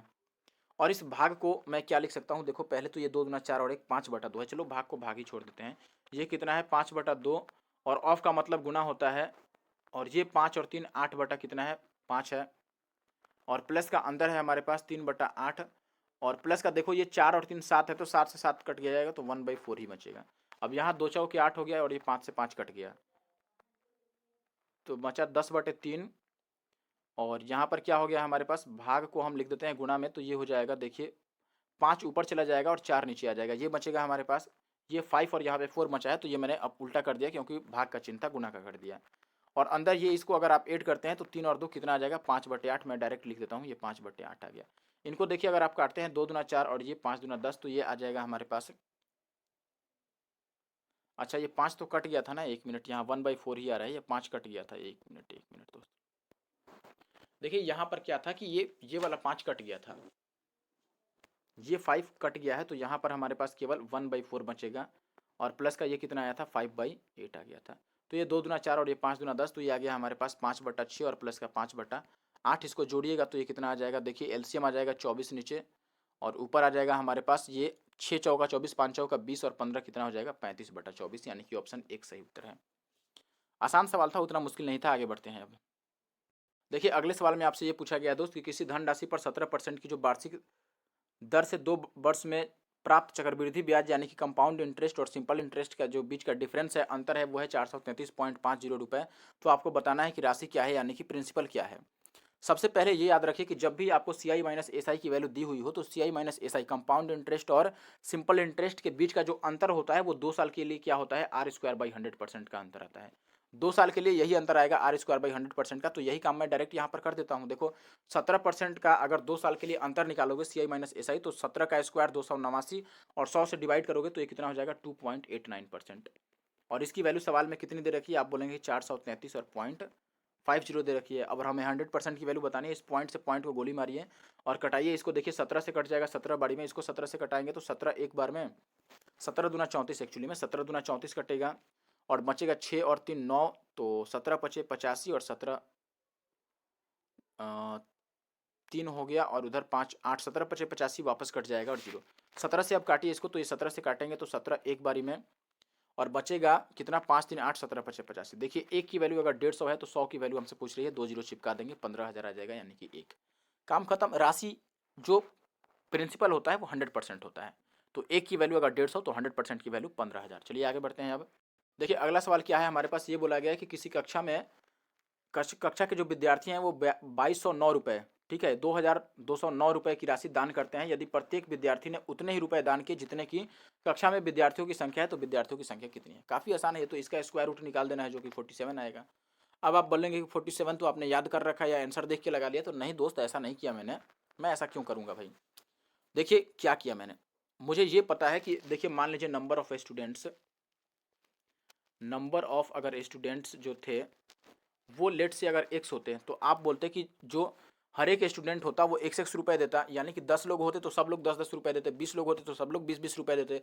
तो टोटल जो खर्च आएगा, टोटल जो दान की राशि आएगी वो संख्या और गुना संख्या ही बनेगा। x लोग ने x रुपए दिए तो टोटल x स्क्वायर का आ गया, एक्स स्क्वायर इतना ही तो राशि प्रदान होगी और टोटल राशि है 2209। अब इसका हमें क्या बताना है, स्क्वायर रूट यानी कि वर्गमूल बताना है 2209 का। अब देखिए लास्ट में 9 है तो लास्ट का इकाई अंक हमारा 3 या फिर 7 हो सकता है, यही ना हो सकता है। तो 3 या 7 इसी दोनों में है, ये तो चले गए क्योंकि इनका परफेक्ट, इनका स्क्वायर करने पर लास्ट में 9 नहीं मिलेगा। अब हमें 47 लगाएं कि 53 लगाएं, बताओ। 53 में आपको पता है कि 50 का स्क्वायर ही 2500 होता है, तो 53 का स्क्वायर तो 2500 से ज़्यादा आएगा, लेकिन हमारा तो 2209 ही है, 2500 से नीचे है तो 47 हो गया, काम खत्म। अब और कोई चांस ही नहीं बचता है हमारे पास। 53 तो होगा ही नहीं, क्यों नहीं होगा, क्योंकि 53 का स्क्वायर 2500 से ज़्यादा है और हमें 2209 2500 से कम ही है यार, तो 47 होगा। चलिए आगे बढ़ते हैं अब। अगला सवाल देखिए, इसमें आपको बोला गया है कि कोई व्यक्ति एक वस्तु खरीदता है और उस पर 10% के लाभ पर उसे बेच देता है। यदि वह वस्तु को 20% कम मूल्य पर खरीदे और 1,000 रुपये अधिक में बेचे तो उसे 40,000 रुपये का लाभ हो जाएगा। तो वस्तु का क्रय मूल्य क्या होगा, सीपी बताना है हमें। देखिए ऐसे क्वेश्चन में आपको क्या करना है, सबसे पहले ये देख लीजिए कि अगर लेट से सीपी 100 होता तो 20% कम मूल्य पर खरीदता, यानी कि 80% के मूल्य पर खरीदता। और बेचने में आपको कह रहा है दोस्त कि पहले से वह 10% के लाभ पर बेच रहा है, यानी कि पहले से वह 110% पर बेच रहा है, लेकिन अब 1,000 रुपये अधिक में बेचेगा तो 1,000 रुपये हमने विक्रय मूल्य में बढ़ा दिया एसपी में। अब कह रहा है कि लाभ 40% का होगा, तो अगर ये एसपी निकालना है तो 40% का लाभ है, तो सीपी को एसपी हम कैसे में कन्वर्ट कर सकते हैं। 40% लाभ है तो हम 140/100 से गुना कर देंगे इसको, बस। ये 2 जीरो से 2 जीरो कट जाएगा और 14 8 112 होता है। इस 110 को इधर लाएंगे तो 112 में से 110 जाएगा, तो 2% की वैल्यू हो गई कितनी, 1,000। तो हमें 100% की वैल्यू बतानी है क्योंकि सीपी 100% होता है। इसको 50 से गुना करना है, इसको भी 50 से गुना करेंगे तो 50 पर 3 जीरो यानी कि 50,000। ऑप्शन 3 सही उत्तर होगा। चलिए अब आगे बढ़ते हैं।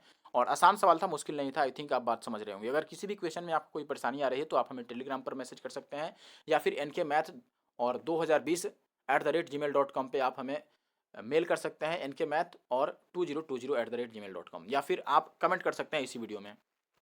देखिए भाई अगला सवाल हमारे पास ये है कि 3 व्यक्ति हैं ABC और इनके समूह का जो एवरेज वेट है, औसत वजन है, वो है 70 किलो। D इस समूह में शामिल हो जाता है तो औसत वजन कितना हो जाता है, 60 किलो हो जाता है। E जिसका वजन जो है वो D से 5 केजी ज़्यादा है, वो A को प्रतिस्थापित कर देता है, यानी कि A चला जाता है और D उसके बदले में आ जाता है, एक्सचेंज हो जाते हैं, आप ऐसे समझ लो। तो ऐसे में क्या कह रहा है कि ऐसे कंडीशन में B, C, D और E का जो एवरेज बन जाता है वेट, वो कितना हो जाता है, 59 केजी। तो A का वेट क्या है। देखिए सवाल पढ़ने में कैलकुलेटिव लगेगा, बड़ा लगेगा आपको, लेकिन उतना बड़ा नहीं है और ना ही उतना कैलकुलेटिव है। अगर आप इसको तरीके से करोगे, यानी कि बेसिक तरीके से करोगे, तो डेफिनेटली ये कैलकुलेटिव आपको लगेगा, लेकिन मैं जैसे कर रहा हूँ वैसे कैलकुलेटिव बिल्कुल भी नहीं लगेगा। थोड़ा सा दिमाग लगेगा लेकिन कैलकुलेशन नहीं लगेगी। देखिए कैसे, मैं अभी समझाता हूँ आपको। आप ये बोलिएगा दोस्त कि ए, देखो लिखने की तो ज़रूरत नहीं रही इसमें। पहले हम ये देखते हैं कि 70 केजी पहले से वेट था एवरेज, और डी जब शामिल हो जाता है तो 60 हो जाता है। तो जब आने से एवरेज बढ़ता घटता है तो आप मान तो निकाल ही सकते हैं डी का। डी का कितना होगा, आप बोलेंगे कि पहले से 70 था और जब ये शामिल हुआ तो 60 हो गया, यानी कि 10 की कमी आ गई। और कितने लोगों में 10 की कमी आई, 4 लोगों में। क्योंकि ए बी सी पहले से थे, अब डी भी आ गया तो 4 लोग हो गए। 4 लोगों में 10-10 की कमी आई तो 70 माइनस 40 ये कितना आ गया, 30 केजी। डी की वैल्यू अगर 30 केजी है तो ई की वैल्यू कितनी होगी, सवाल में ये कह रहा है कि ई का वजन जो है वो डी से 5 ज़्यादा है, यानी कि इसका हो जाएगा 35 केजी। ठीक है, अब मेन मुद्दा आता है यहीं से। देखिए मैंने क्लास में कई बार ये डिस्कस किया है, जो लोग एवरेज पढ़े होंगे मुझसे उनको पता होगा, मैंने कई बार ये बताया है दोस्त की एवरेज जब भी ग्रुप में कोई शामिल हो या ग्रुप से भागे यानी कि निकले, तो ग्रुप में आए या फिर जाए, देखिए आने और जाने वाला अगर ग्रुप का पहले से जितना एवरेज है उसके बराबर ही लेकर के आता है या उसके बराबर ही वैल्यू लेकर के जाता है तो एवरेज पर कोई इंपैक्ट उसका नहीं पड़ता है, कोई भी इफेक्ट नहीं पड़ेगा। ठीक है, और अगर वह एवरेज से कम लेकर के आया तो ओवरऑल एवरेज घटेगी, और अगर वह एवरेज से ज़्यादा लेकर आया तो एवरेज बढ़ेगी, और वैसे ही जाने की कंडीशन में एवरेज से ज़्यादा लेकर चला गया तो एवरेज कम हो जाएगी, और एवरेज से कम लेकर अगर गया तो एवरेज बढ़ेगी। यानी कुल मिलाकर मतलब ये है कि देखिए जब ई नहीं आया है, ठीक है, ई नहीं आया है और ए ही शामिल है, तब एवरेज कितना था, 60 था। डी केवल आया है, ई नहीं आया है, तो एवरेज 60 था। अब अगर ए चला जाए और ई आ जाए और जितना ए का वजन है उतना ही ई लेकर आए, देखिए ए अगर मान लीजिए 30 किलो का है तो ए ई भी 30 ही किलो का व्यक्ति है। जैसे मान लीजिए एवरेज हम मेरे साथ मान लीजिए और 5 लोग हैं और एवरेज 60-60 केजी है, और मेरा औसत मेरा जो वजन है अकेले वो मान लीजिए कि 50 किलो का है। तो अगर मैं 50 किलो का आदमी एक निकल जाऊं और मेरे बदले में कोई 50 किलो वाला ही बंदा आ जाए तब तो एवरेज पर कोई इंपैक्ट नहीं पड़ेगा। लेकिन अगर 50 से कम वाला बंदा आएगा तो एवरेज घट जाएगा, और 50 से ज़्यादा वाला आएगा तो एवरेज बढ़ जाएगा। वही बात यहाँ पर है। तो देखिए जब ई आता है और ए चला जाता है तो एवरेज 59 हो जाता है। पहले 60 था, अब 59 हो जाता है, तो कितना कम हो गया, तो आप बोलेंगे जी एक कम हो गया। कितने लोगों का, 4 लोगों का एक एक कम हो रहा है, तो ओवरऑल 4 की कमी आ गई। और ये 4 की कमी क्यों आ रही है, क्योंकि ए जो था वो ई से 4 ज़्यादा था और ई ने ए से 4 कम ही लेकर के आया है। ई ए से 4 कम लेकर के आया है तभी 4 एवरेज घटी है, और अगर ये ए के बराबर लाया होता तो एवरेज बिल्कुल भी नहीं घटता, 60 का 60 ही रह जाता। तो हम इस हिसाब से ये कहेंगे कि ए जो था वो ई से दोस्त 4 ज़्यादा था, और ई की वैल्यू 35 है, और इसमें अगर 4 ज़्यादा कर देंगे तो ए की वैल्यू कितनी आ जाएगी, 39। आशा है कि आप बात को समझे होंगे, और 3 इसका सही जवाब है, यानी कि 39 KG is the correct answer. अब आगे बढ़ते हैं। देखिए भाई अगले सवाल में आपको ये कह रहा है कि 70 से कम चाल पर चलने वाले कारों का प्रतिशत कितना है ओवरऑल। तो 70 से कम चाल पर चलने वाले कार इसमें देखिए कितने हैं, तो आप बोलेंगे जी 70 से कम, यानी कि हमें इसके नीचे वाला ढूंढना है। तो 70 से कम यहाँ पर तो 50 है, देखिए 50, और 50 से 60 के बीच में 70 हैं, और 60 से 70 के बीच में कितने हैं हमारे पास, 85 हैं। तो इनको जोड़ करके कितना बनेगा, देखिए 7 5 12 और 8 20, यानी कि 205 टोटल बन गए। और ओवरऑल कितना है, सबको जोड़िए तो ये तो 205 हो गया। ये 70 से 80 वाला कितना है, तो आप बोलेंगे कि ये है 90, और ये जो 80 से 90 के बीच में है, 80 से 90 के बीच में है 60, ये 60, 60 के सामने ये लाइनिंग मिला लीजिए आप, 60 के सामने है, ठीक है। और जो ग्रीन वाला है ये 45 के सामने है, तो ये 45। तो ओवरऑल कितना हो गया, देखिए 90 और 60 हो गया कितना, 9 6 15, 150, और 150 और 45 195, और 195 में 205 भी मिलाना पड़ेगा टोटल जोड़ने के लिए, तो ये 400 बन जाएगा। यानी कि ओवरऑल 400 में से 205 का परसेंटेज बताना है तो 100 से गुना कर लीजिए। ये 2 जीरो से 2 जीरो, और बचा हमारे पास 205/4, तो ये 4 पचे 20, और 4 एक बार में 51 से शुरू होगा, दैट इज ऑप्शन सेकंड। 51 से शुरू होगा, 0.25 भी आएगा क्योंकि 1/4 बन रहा है। ऑप्शन 2 सही उत्तर है। ठीक है, बस जोड़ घटाओ इसमें है और कुछ नहीं है। चलिए आगे बढ़ते हैं। अगले सवाल को देखिए, इसमें बोला गया है आपको कि वर्तमान में जिस चावल का मूल्य है 29 रुपये प्रति केजी की दर से जिस चावल को बेचा जाता है, पिछले महीने में उसका मूल्य 25 रुपये प्रति केजी था। किसी परिवार को अपने चावल की खपत में कितने प्रतिशत तक कम कर देना चाहिए, चावल का खपत कितना प्रतिशत वो कम कर दे ताकि उसका व्यय पहले जितना ही रह जाए। यानी कि पहले जितना रुपए खर्च करता था वह चावल पर, अभी भी उतना ही खर्च करना चाहता है, तो उसको चावल के खर्चे को, यानी कि चावल की खपत को कितना कम करना पड़ेगा, कंजम्पशन कितना कम करना पड़ेगा। देखिए एक बात समझ लीजिए, अगर वह पहले जितना ही खर्च करना चाहता है तो डेफिनेटली दाम जो है, दाम जिस रेशियो में बढ़ा है उसी रेशियो में उसको खपत कम करना पड़ेगा। तो आप बोलें कि दाम जो है ये 25 से कितना बढ़कर हो गया है, 29 हो गया है, तो उसको खपत 29 से 25 करना पड़ेगा, यानी कि 4 कम करना पड़ेगा, किससे, 29 से, और गुना का 100। यानी कि ये बन गया हमारे पास 400/29। इसको अब भाग करना पड़ेगा, तो ये कितना आएगा, देखो अगर ये 30 ही मान लेते हैं हम, तो 30 रहता तो ये कितने बारी में कटता, एक बारी में, और 10 और 0 तो 3 चौका नहीं, चलो इसको डिवाइड करते हैं, देखते हैं कितना होगा। देखो 29 ये एक बारी में तो जाएगा ही जाएगा, तो बचेगा कितना हमारे पास 11 पर 0 110, तो 29 तियाँ चला जाएगा, 9 तियाँ 27 और 2 तियाँ 6 और 2 8, 87 बार में 3, तो बचा हमारे पास कितना 13 और 10, 13 बच गया, और उधर से कितना बच गया हमारे पास दोस्त 10 बच गया, 13 लगभग 7 आएगा यहाँ पर पॉइंट। ठीक है, ये तो 13.7, तो लगभग आप 14 मान लीजिए, 14%। 13 नहीं कह सकते हैं क्योंकि ये 13 से ज़्यादा है, लगभग 14 कह सकते हैं। चलिए आगे बढ़ते हैं। अगर 13.5 से कम रहता तब हम 13 को मान लेते, लेकिन 13.5 से ज़्यादा है तो 14 को मानेंगे। देखिए अगले सवाल में आपको दिया गया है कि x किसी काम को 3 दिन में कर सकता है, y उस काम के 3 गुने को 8 दिन में कर सकता है, और z उस काम के 5 गुने को 12 दिन में कर सकता है, अगर वे डेली 6 घंटे काम करते हैं तब। ठीक है, अब ये कह रहा है कि ऐसे में उनके द्वारा किए गए कार्य को पूरा करने में कितना समय लगेगा। देखिए लैंग्वेज थोड़ा इधर उधर है, लेकिन आप समझ लीजिए, आप ये कह सकते हैं कि एक्स जो 3 दिन में काम करता है वही काम, देखो वाई उसका 3 गुना काम 8 दिन में करता है, वाई उसका 3 गुना काम अगर 8 दिन में करता है तो वही काम 8/3 दिन में करेगा। 3 गुना काम 8 दिन में करता है तो सेम काम 8/3 दिन में करेगा। ठीक है, और जेड का क्या कंडीशन है कि जेड उसका 5 गुना काम 12 दिन में करता है, तो वही काम अगर करना हो तो 12/5 दिन में काम करेगा। यहाँ से अब x ratio y ratio z हम निकालेंगे, तो x ratio y ratio z कितना हो जाएगा, आप बोलेंगे जी कि ये हो गया हमारे पास 1/3, उल्टा हो जाएगा एक्चुअली में, और 8/3 कितना बन जाएगा 3/8, और ये कितना बन जाएगा 5/12। अब देखो 12 8 3 का एलसीएम होता है 24, तो इसको 24 से गुना करा दो, सीधा सीधा आपको रेशियो मिल जाएगा, तो 3 8 24, 8 तियाँ 24 और 3 तियाँ 9, और ये 12 दूना 24, 5 दूना 10, ये एक्स वाई जेड का रेशियो आ गया। अब आपसे क्या कह रहा है सवाल में, अब ये समझिए, सवाल में आपको ये कह रहा है कि वे एक साथ डेली 6 घंटे काम करेंगे तो कितना दिन लगेगा।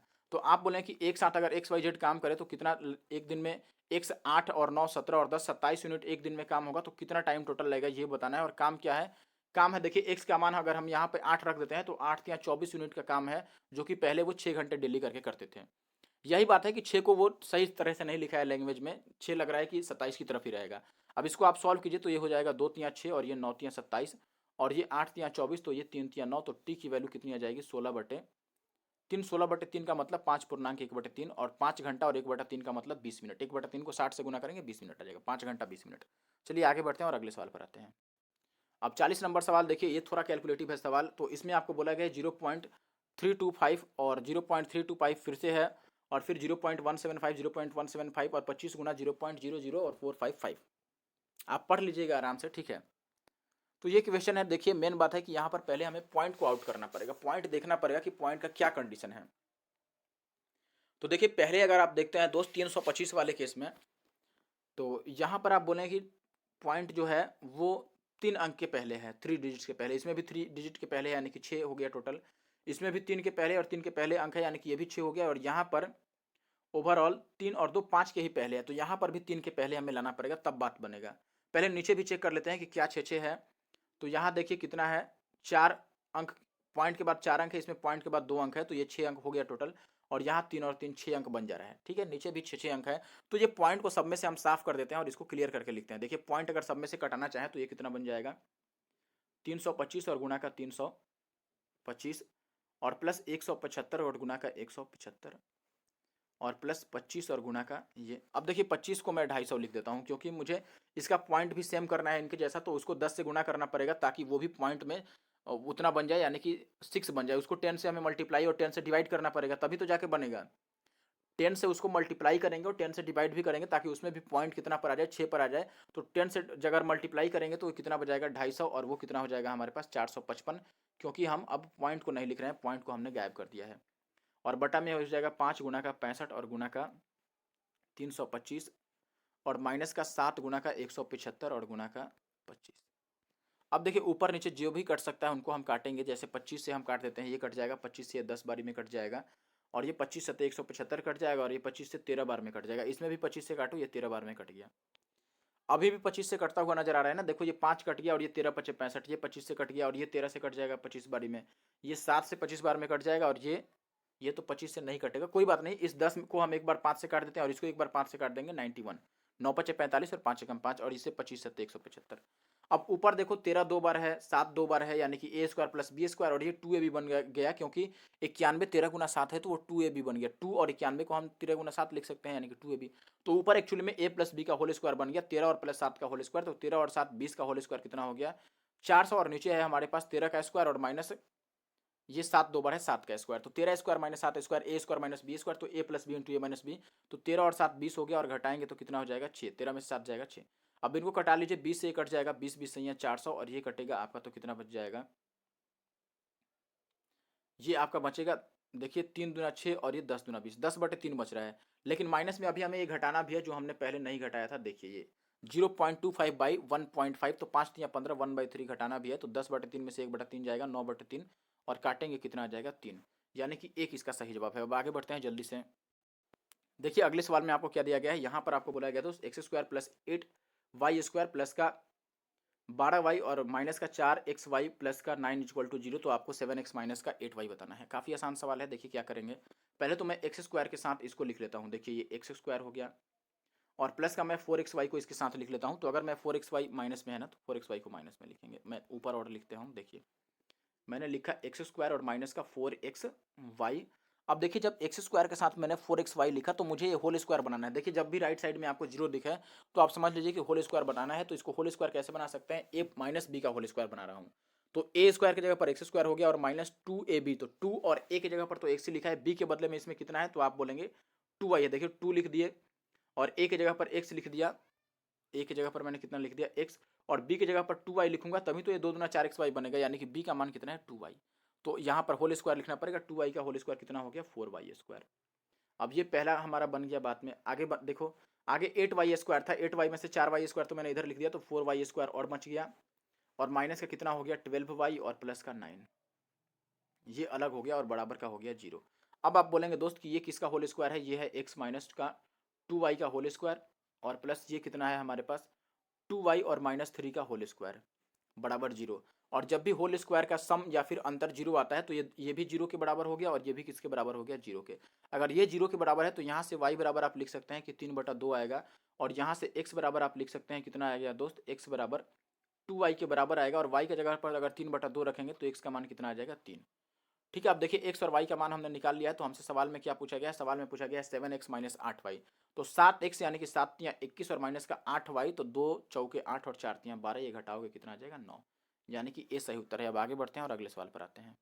देखिए इस क्वेश्चन में आपको बोला गया दोस्त कि 450 कर्मचारियों का ये बंटन दिया गया है, और इसमें बी विभाग में काम करने वाले कर्मचारियों की संख्या बताना है। अब बताओ इससे आसान क्या होगा, टोटल लोग 450 हैं, और बी वाला हमसे पूछ रहा है, बी का मतलब रेड वाले 14% है, तो 14% इसका निकाल दो, 14/100, काम खत्म। ये 1 0 से 1 0, और ये 9 5 45, और ये 2 5 10, और 2 7 14, 9 7 कितना आ गया 63 आ गया, 63, काम खत्म 63। अच्छा देखो 14% निकालना था, तो 7 से कटने वाला एक ही ऑप्शन है, तो हम यही देख के लगा देते कि 63 होगा, क्योंकि 7 से कटना चाहिए 14% वाला वैल्यू, तो 63 आंसर हो गया। चलिए आगे बढ़ते हैं। अब अगला सवाल देखिए, पी ए और पी बी ओ केंद्र वाले एक वृत्त बाह्य बिंदु पी पर 2 स्पर्श रेखाएं खींची गई हैं। ठीक है, यानी कि ओ केंद्र वाले एक वृत्त पर बाह्य बिंदु पे से 2 स्पर्श रेखाएं, 2 टेंजेंट खींचे गए हैं, जिनका नाम है पी ए और पी बी। और यदि वृत्त पर ये ए और बी पर इस स्पर्श करते हैं, ए और बी पर स्पर्श करते हैं, ठीक है, और एंगल ए पी बी आपको 100 दिया है, तो एंगल ओ ए बी। देखो ऐसा सवाल मैंने सेम टू सेम 23 नवंबर वाले के फर्स्ट शिफ्ट वाला मैंने पेपर सॉल्व किया था, तो सेम टू सेम क्वेश्चन था। आप 100 को आधा कर लीजिए, 50 आ जाएगा। 100 को आधा करना है डायरेक्ट, और 50 डिग्री आपका आंसर हो गया, काम खत्म। अब आप सोचेंगे कैसे, मैं अभी बताता हूँ कैसे। देखिए पहले तो हम एक सर्कल बना लेते हैं, ये लेट से ये सर्कल हो गया।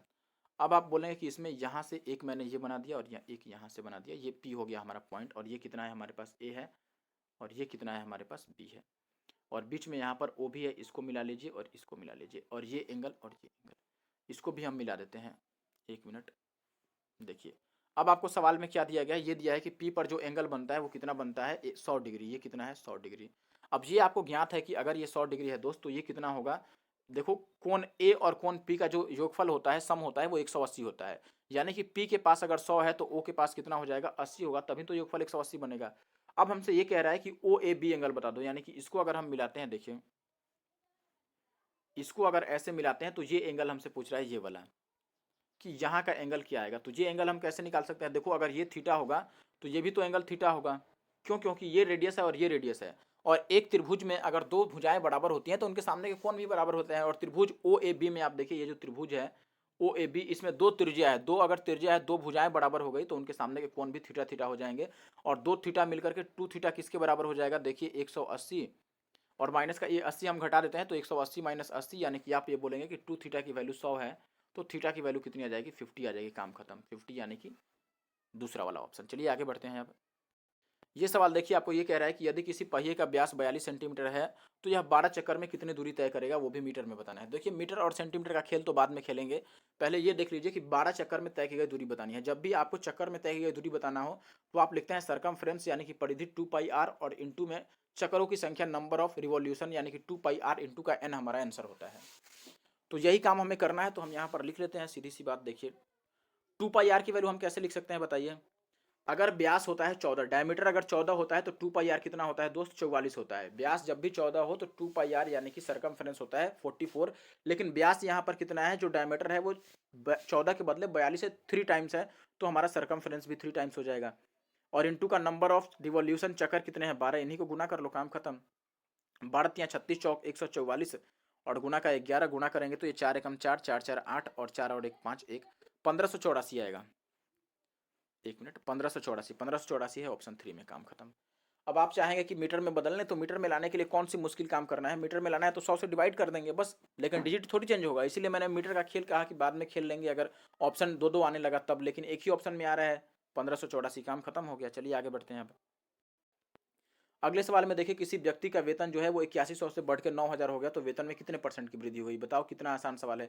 8100 से 9000 हो गया तो कितना बढ़ गया दोस्त, 900 बढ़ गया, और कितना से बढ़ा, 8100 से, और गुना का 100, ये 2 जीरो से 2 जीरो और 9 में 81, तो 100/9 आ गया, जिसका मतलब क्या होता है 11.1/9%, 11:1/9, दैट इज ऑप्शन सेकंड। आगे बढ़ते हैं। अब ये सवाल देखिए, यहाँ पर आपको क्या दिया गया है दोस्त, यहाँ पर ऊपर साइन स्क्वायर 30 दिया गया है। साइन स्क्वायर 30 का मतलब साइन 30 का मान 1/2 स्क्वायर करेंगे तो 1/4, और कॉस स्क्वायर हमें दिया गया है 60, तो कॉस स्क्वायर 60 का मान भी कॉस 60 तो 1/2 ही होता है, और स्क्वायर करेंगे तो ये भी 1/4 हो गया, प्लस का 1/4, और माइनस का देखिए सेक कितना है 35, और इंटू का साइन है 55। अब देखिए अगर मैं साइन 55 को लिखना चाहूँ कि साइन 55 को मैं कॉस और 90 माइनस 55 लिख सकता हूँ। Cos 90 minus theta equal to sine theta होता है, तो इस साइन 55 को मैं कॉस 35 भी लिख सकता हूँ, और जब कॉस 35 आ जाएगा तो कॉस इंटू का सेक ये 1 बन जाएगा। ठीक है, मैंने क्या किया देख लो, सेक है और 25 है, 25 है 35 है, 35 है, और इंटू का साइन जो 55 है उसको मैं कॉस 35 लिख सकता हूँ 90 में से घटा करके, और ये सेक और इंटू कॉस कितना हो जाएगा 1 हो जाएगा। यही बात मैंने लिखा है दोस्त, सेक और कॉस तो उल्टे होते हैं ना, और नीचे सेक 60 यानी कि 2, और कॉसिक 30 ये भी 2 होता है, तो ऊपर आ गया ये 1/2 में से 2 जाएगा 1/2, और माइनस का ये 4 यानी कि ये आ गया -1/8, -1/8 यानी कि दूसरा ऑप्शन सही है। आगे बढ़ते हैं। अब अगला सवाल देखिए, इसमें ये बोल रहा है कि एक साथ सभी विद्यालयों के लड़के और लड़कियों की संख्या का अनुपात बताइए, यानी कि सभी लड़कों का नंबर जोड़ना पड़ेगा और सभी लड़कियों का नंबर भी जोड़ना पड़ेगा। तो हम जोड़ते हैं, कितने कितनी संख्या में है। लड़कों का जोड़ेंगे तो मैंने पहले ही किसी सवाल में जोड़ा था, लड़कों की संख्या कितनी आई थी 3300। अच्छा देखिए, अगर लड़कों की संख्या 3300 आई और इधर गर्ल्स का नंबर लिखना है, तो क्या हम ये नहीं कह सकते हैं कि आंसर 11 से कट जाएगा, कह सकते हैं, लेकिन दिक्कत यह है कि अगर लड़कियों की संख्या में भी 11 का मल्टीपल आ गया तब तो 11 से नहीं कटेगा, बात दिक्कत हो जाएगी, तो हमें जोड़नी पड़ेगी। ठीक है, सीधी बात यह है, हम ये नहीं जानते हैं अभी कि लड़कियों की संख्या को हम जोड़ेंगे तो उसमें 11 का मल्टीपल आएगा कि नहीं आएगा। तो लड़कियों वाला हम जोड़ते हैं, देखते हैं 11 आता है नहीं आता है। लड़कियों वाला यहाँ पर 500 है, 5 और 5 10, और 6 16, 16 और 6 22, 22 और 6 28 हो गया, और 28 और ये 50 50 हो गया 29, और फिर 50 29 50 ये बन रहा है शायद 29 50। एक बार चेक करते हैं, ये 0 से 0 कट जाएगा, और कटाओगे अगर 5 से तो 5 36 5 36 66, और ये कटेगा 5 से, देखो 5 5 पचे 25, और 5 निम 45, 59:66। लेकिन देखो ये देखकर समझ में आ रहा है कि नहीं कि इसमें 11 का मल्टीपल नहीं, तो 11 से कटने वाला आंसर हो जाएगा, और लास्ट में 66 इसी में था, तो हम डायरेक्ट भी मार्क कर सकते थे। चलिए अब आगे बढ़ जाते हैं। अब ये देखिए क्वेश्चन नंबर 48 थोड़ा कैलकुलेटिव सवाल है, लेकिन मैं छोड़ूंगा नहीं, कैलकुलेटिव है तो क्या होगा कर लूंगा। देखिए इसको मैं क्या लिख सकता हूँ, 5 के 20 और 21/4 मैंने लिख दिया, और ऊपर से लिखते हैं थोड़ा, ये हो गया 21/4, और डिवाइडेड बाई कितना है आपका, डिवाइडेड बाई है ये ऑफ है, तो ये एक्चुअली में गुना कर लेंगे तो ये तो उल्टा पड़ जाएगा ना, इसको गुना में लिख देते हैं। गुना में लिखेंगे तो 7 दूना 14 ऊपर चला जाएगा और 3 नीचे आ जाएगा, ये पहला वाला खेल हो गया। डिवाइडेड दूसरे वाले में देखेंगे 9 पचे 45 और 1 46/9, और माइनस का ये 8 7 56, और 7 कितना हो जाएगा 56, और 7 6 13 63/8, ये 63 है, 1 मिनट, 63/8, और इंटू का कितना हो जाएगा 20 9 180, और 9 189, तो नीचे वो आ जाएगा 189। जब गुना में लिखेंगे तो उल्टा हो जाएगा ना, और 20 ऊपर चला जाएगा, ये अलग खेल है। देखो ये यहाँ से ब्रैकेट है और इंटू का अभी 11/21 है और माइनस का कितना है, ये 2 से 2 काट दो तो यहाँ पर 5 बच जाएगा। अब यहाँ पर देखिए ये इससे ये 3 टाइम्स में कट जाएगा और यहाँ से ये कट जा रहा है 2 दूना 4 और ये 7 दूना 14। मैं अलग कलर से काट के दिखा देता हूँ आपको। देखिए ये 7 दूना 14 कट गया और ये 3 सत्ते 21। तो यहाँ 7 सत्ते 49 और बटा का आ गया 2 और डिवाइडेड बाई कितना आ गया आप देखें यहाँ से, ये 2 चौके 8 और ये 5 चौके 20, यानी कि 5/6 आ गया। 46/9 में से 5/6 अगर आप घटा लेते हो तो डायरेक्टली आप चाहो तो घटा के लिख सकते हैं इसको अगर हम घटाएंगे तो 18 लगभग कितना आएगा दोस्त, 18/77 लगभग आएगा। आप घटा कर चेक कर लेना, ठीक है। तो ये 18/77 में यहाँ पे डायरेक्ट लिख देता हूँ। एक्चुअली में 77 ऊपर आएगा ना, नीचे एलसीएम 18 आ रहा है, तो क्यों ना इसको चेंज कर लेते हैं। देखियो इस भाग को मैं इसको चेंज कर देता हूँ। ये जो यहाँ पर क्या था 2 था, इसको भाग को गुना लिखूंगा तो 18 ऊपर हो जाएगा और 77 नीचे हो जाएगा। और गुना का ये कितना हो गया 11/21 और माइनस का 5। काटिए 11 सत्ते 77 और ये 7 सत्ते 49 और ये 7 तियाँ 21 और ये 3 दूना 6 तियाँ 18। तो ये आ गया 3 - 5 यानी कि माइनस का 2। ऑप्शन 3 सही उत्तर है। आप थोड़ा और इसको अच्छे से सॉल्व कर लेना खुद से, मैंने सॉल्व करके दिखा दिया। देखिए अगले सवाल में आपको क्या दिया गया है, यहाँ पर बोला गया है मेरे भाई कि कोई बस 50 किलोमीटर की दूरी 1 घंटा 15 मिनट में तय करती है और कोई कार उसी दूरी को 45 मिनट में तय करती है, तो बस की चाल और कार की चाल का अनुपात बताइए। देखिए रेशियो की बात तो बाद में हम करेंगे, पहले ये ध्यान रखिए कि जब भी डिस्टेंस सेम हो तो जो चाल का अनुपात आता है वो समय के अनुपात का उल्टा होता है। यानी कि डिस्टेंस सेम होने के केस में, डिस्टेंस कांस्टेंट होने के केस में जो स्पीड का रेशियो आएगा वो टाइम के रेशियो का उल्टा आएगा। तो यहाँ पर डिस्टेंस दोनों के लिए सेम है तो हम यहाँ पर टाइम का रेशियो अगर लिखेंगे तो पहला वाला बस कितना टाइम लगा रहा है 1 घंटा 15 मिनट का मतलब हो गया 75 मिनट और कार लगाती है 45 मिनट। तो टाइम का रेशियो आ गया देखो 15 × 75 या 25 से कितना से कट जाएगा ये 5 से 15 बारी में और ये 5 से 3 बारी में, ठीक है। 15 से हमने काट दिया तो ये आ गया 5 और 3 का रेशियो टाइम का, तो स्पीड का जो रेशियो आएगा वो उल्टा हो जाएगा 3:5, यानी कि ऑप्शन 4 सही उत्तर है। आगे बढ़ते हैं आप। देखिए लास्ट सवाल है आज का, इसमें आपको बोला गया है कि कोई चक्रीय चतुर्भुज ABCD इस प्रकार है कि AB इसके अंदर बने वृत्त का व्यास है और एंगल ADC जो है वो 148 डिग्री है, तो आपको एंगल BAC का मान बताना है, ठीक है। कोई बात नहीं, निकाल लेंगे। देखिए ये तो आसान सवाल है, एक मैंने चतुर्भुज बना दिया और ये साइक्लिक क्वाड्रिलेटरल है। तो साइक्लिक क्वाड्रिलेटरल का मतलब एक वृत्त के अंदर चतुर्भुज बनाना, तो मैंने ये बना दिया एक, ठीक है। अब इसमें आपको क्या दिया हुआ है, इसमें ये दिया गया है कि ये A है, B है, C है और D है। अब आपको जो दिया है वो मान लिख देते हैं। पहले हमसे पूछ क्या रहा है, देखिए हमसे पूछ रहा है BAC का मतलब ये भी मिलाना पड़ेगा, ये वाला एंगल हमसे पूछ रहा है। BAC ये नहीं पूछ रहा है, ये वाला पूछ रहा है, ठीक है। चलो कोई बात नहीं, एक बात समझो यहाँ पर कि हमें D वाला मान दिया है ADC, ये मान कितना दिया है 148। अगर ये मान हमें पता है दोस्त, देखिए ये 148 डिग्री ये पता है तो हम B का मान लिख सकते हैं कि नहीं। आमने सामने के कोनों का जो योगफल होता है वो 180 होता है चक्रीय चतुर्भुज में, साइक्लिक क्वाड्रिलेटरल में। तो B का मान हो जाएगा 180 माइनस में 148, यानी कि ये कितना आ जाएगा दोस्त 32 डिग्री, ठीक है। कितना आएगा दोस्त 32 डिग्री आएगा हमारे पास B का मान। अब ये देखिए ये अर्धवृत्त में बना कोण है 90 डिग्री, अर्धवृत्त में बना कोण समकोण होता है, यानी कि ये 90 हो गया। सेमी सर्कल के अंदर जो एंगल बनता है वो 90 डिग्री का बनता है, तो ये 90 डिग्री हो गया। अब हम A को इजीली लिख सकते हैं कि A की वैल्यू जो आएगी ये 90 और माइनस B का मान कितना हो गया 32, घटाएंगे तो 58 डिग्री। 58 का मतलब ऑप्शन 1 ये सही जवाब है। चलिए अब बढ़ते हैं आगे। आगे क्या बढ़ना है, अब तो ये लास्ट ही सवाल था ना। तो देखिए इसी के साथ मैं वीडियो को खत्म कर रहा हूँ। वीडियो कैसा लगा आप जरूर से कमेंट करके बताना, और थोड़ा इरिटेटिंग रहा मेरे लिए क्योंकि मैंने दोबारा रिकॉर्ड किया तो मज़ा नहीं आया मुझे, लेकिन आपको मज़ा आया कि नहीं आप ज़रूर से कमेंट करके बताना। और वीडियो कैसी लगी और कोई अगर इसमें मिस्टेक हुआ हो तो आप ज़रूर से हमें कमेंट करके बता दीजिए। और बढ़ते हैं, अब ख़त्म करते हैं इस वीडियो को, और thank you for watching the video. और इसके आगे देखिए आप मेरी 2011 से और 18 तक की 2011 से 2018 तक की जो मेंस का सॉल्यूशन मेरा पड़ा हुआ है CGL मेंस का, वो जरूर से देख लीजिएगा। हर एक चैप्टर का चैप्टर वाइज सॉल्यूशन मैंने किया है। और CPO में मेंसुरेशन का मैंने स्पेशल सॉल्यूशन डाला है। CPO 2020 में जितने भी मेंसुरेशन के क्वेश्चन पूछे गए हैं सबको अलग वीडियो मैंने सॉल्व कर रखा है, आप चाहें तो देख सकते हैं। और 8:30 पर डेली हमारी जीके की लाइव क्लास आती है। और अभी साइंस में पढ़ा रहा हूँ उसमें, तो आप चाहो तो 8:30 PM पे आ सकते हैं साइंस के लिए, ठीक है। तो चलिए thank you for watching the video. कैसा लगा वीडियो, और थोड़ा सा भी अच्छा लगा हो तो ज़रूर से वीडियो को लाइक और शेयर करना और कमेंट भी बिल्कुल करना, ताकि हमें पता चले कि कितने लोग रियल व्यूअर्स हैं जो CPO को पसंद करते हैं। चलिए thank you for watching the video.